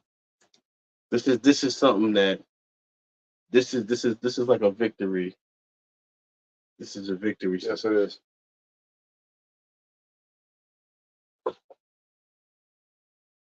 There's no burn. Man, this is amazing. Yeah. Like you don't want it to be done. Yeah, you want to like sip it slowly. Yeah. Because it doesn't burn. It's At all. not harsh. It's like real, and you could, the fruity taste of it. Yeah. It's amazing. This right here is trouble just because of the fact it's so smooth. You can go up and pour yourself a big glass of it, and before you know it, you on your ass. Yes. You know, Definitely. So what got you into your liquor collection, man? Because you got some shit here. You got some shit here. We got bottles here that are about as old as I was a cup. Wow. You would figure with all this liquor I'm an alcoholic, but I'm not. Yeah. Um, once if I'm alone, once in a while I might have a drink. Yeah. But usually when I have some, friends come over, Yeah. you Or know, you crack something open. Yeah. yeah, we'll open up a bottle and stuff. You know. That one there, the Bacardi one, that Yeah. one I bottled that one myself at the factory. That was a gift from the Wow. wife. That's amazing. We opened that up the day I retired. Nice. It was She brought it years ago on the condition I can't open it, Until. and we'll have a shot of that too. Oh shit. Um, so a lot of this liquor, and she's crazy. You know. She loves. Oh, you look at this body. Oh, look, her. Uh, She just loves buying, and she don't drink. yeah. She doesn't drink. Um, You know. I think in a way it's her way of kind of showing appreciation. You yeah. know, because that's love. You Mhm. know, because love is giving something that that you're not giving for yourself. She gave me two the two greatest things in my life. Yeah. My daughters. Exactly. You know. Exactly. You know, I always wondered because as a father, I can't lie to you. I did not want a daughter. Because you know what? Because I know if I had a daughter, I'll be too soft. I'll be way too soft. She would just run all over me. It'll be 2 o'clock in the morning. She'd be like, Dad, let's have some ice cream. I would get up out the bed, sit my ass right down next to her, and we both get in trouble. we both in timeout. I'll do one better for you. My little one. Both of them have their own bank accounts, Yeah. their own debit cards. Uh-huh. We'll go shop, and then they buy their own clothes. Yep. And I'm proud of them because, like my oldest one, they're both beautiful, Mm-hmm. but they don't buy clothes that's Revealing, revealing. yes. Like my oldest, she likes dresses that go down to Yeah. her ankle. Yep. I'm like, baby, no, Dad, I don't like that. Mm-hmm. So we'll go shopping. Yep. They'll take their cards, but the little one is slick. Mm-hmm. This little one will go get all her clothes. Mm-hmm. We'll go to the register. My oldest will pay for her clothes. You know, she pays for it, but I Mm. replace the money. I just Exactly. want them to learn the value of it. Exactly. She'll be like, "Oh, Dad, I left my debit card." Oh, she's a And my king. wife starts laughing. I said, "Oh, Mm-hmm. you left your debit card?" She goes, "Yeah, I left my debit card. All right, I Mm-hmm. got you. I Yeah. pay it." Uh-huh. By the time we get back to the pickup truck, you're like, "Oh, Dad, look, I found it. It was on the seat." Wow. Yep. She's good. My wife's like, "You're not gonna give it? Why would I get mad?" I said, "I can't get mad. I Exact. can't. She know what she's Listen, doing. they bring me the good grades. They Exactly. go to That's it. they love going to school. They bring me the good grades. Listen, I can't play an instrument if Yeah. my life depended on it. My, So they play the saxophone. The other one plays the piano. What else can I ask for? so my son, my oldest, he has a girlfriend now. Cute little girl. She's a cute little girl. And this how she got him. This how she milked him. My son used to be 300 pounds Okay. before he slimmed up. Now he's around 180. Wow. Yeah. Now he's sick. He's sick. He's on 6'2", 180 now. So he's Big slimmed. boy. Yeah, slimmed up quick. And she's like, oh, I liked you since you were big. And that right there, he was like, yeah, Dad, she's the one. She's the one. Listen, you'll know the right one, man. You know what?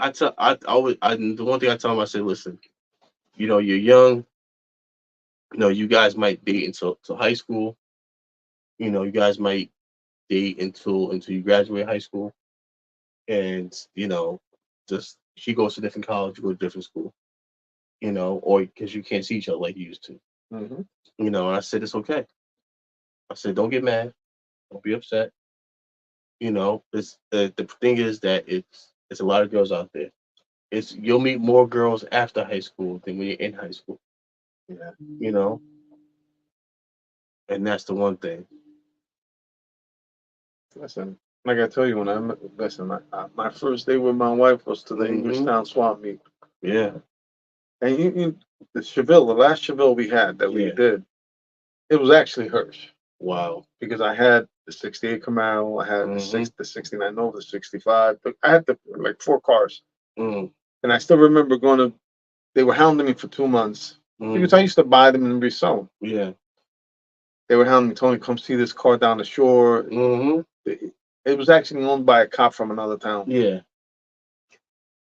After 2 months, I call my boss, yo, bring the trailer with the Suburban. Let's go down the street and look at a car. We're just gonna go look. Sorry, guys. The podcast has to hold on for 1 second. Somebody's calling me crazy. Hello? Hello? Oh, hey, hey, can you hear me? Y- Yeah, I'm here. Can you hear me? Yeah, can you hear me? It might be the reception on it. Yeah, You want to use my phone? yeah. Hello? I'm doing a podcast. Can you hear me?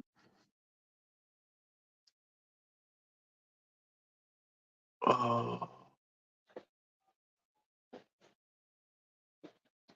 all right, hold on. Sorry, guys. A little technical difficulties. Oh shit!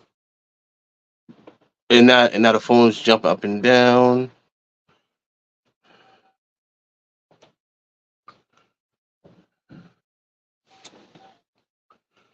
All right, let's get back to Streamyard. Okay, we're back. Sorry, somebody was calling my phone. Sorry, I'm trying to figure out. Hello? Oh no, sorry, no. Well, I'm doing a podcast. That's why I wasn't picking up. Yeah, yeah. Okay, I'll give you a call back once I'm done. All right, bye. Yeah, sorry about that. Thanks, problem. Omar. No problem, brother. Yeah. So now it's a very interesting thing, man. Just dealing with a teenage boy who is now dealing with a girl, and I'm like, oh my god, what am I gonna do? You gotta sit down and have the talk. Oh no, I've had to talk with her. You know what the funny thing is that I tell this is why I tell him I go, everything your mom tells you, do the opposite. Don't let your wife hear that. Yeah. I go, everything your mother tells you, do the opposite. He goes, why? Because that's not the guy your mom would date. Very true. I go, that's not the guy your mom would date. So she's telling you all these things about how to be a gentleman, but would your mom settle for that guy? Yeah. Yeah, you're right. You see what I'm saying? You're So, right. but he's a good kid. And I'm like, listen, like last thing I'm worried about is you dealing with girls. I want you to focus on school and get your life together. Because at the end of the day, like a good girl can raise you. Can make like your situation. A bad girl can destroy you. Yes. A bad woman can really go and destroy your life. Yeah. Yeah. So just trying to preach that to him, and he's always like, "Oh, Dad, you're extra hard on me." It has to be because you're the oldest. He goes, "Oh, you're not that hard on my brother." I go, "Yeah, because at the end of the day, like your brother's younger." But he's gonna get there. Exactly. He's gonna get there. So once he's your age, then then I have a tag team partner. Because not only am I saying it, but then you'll be saying the same thing. Yeah. To make sure that he's staying in line. Yep.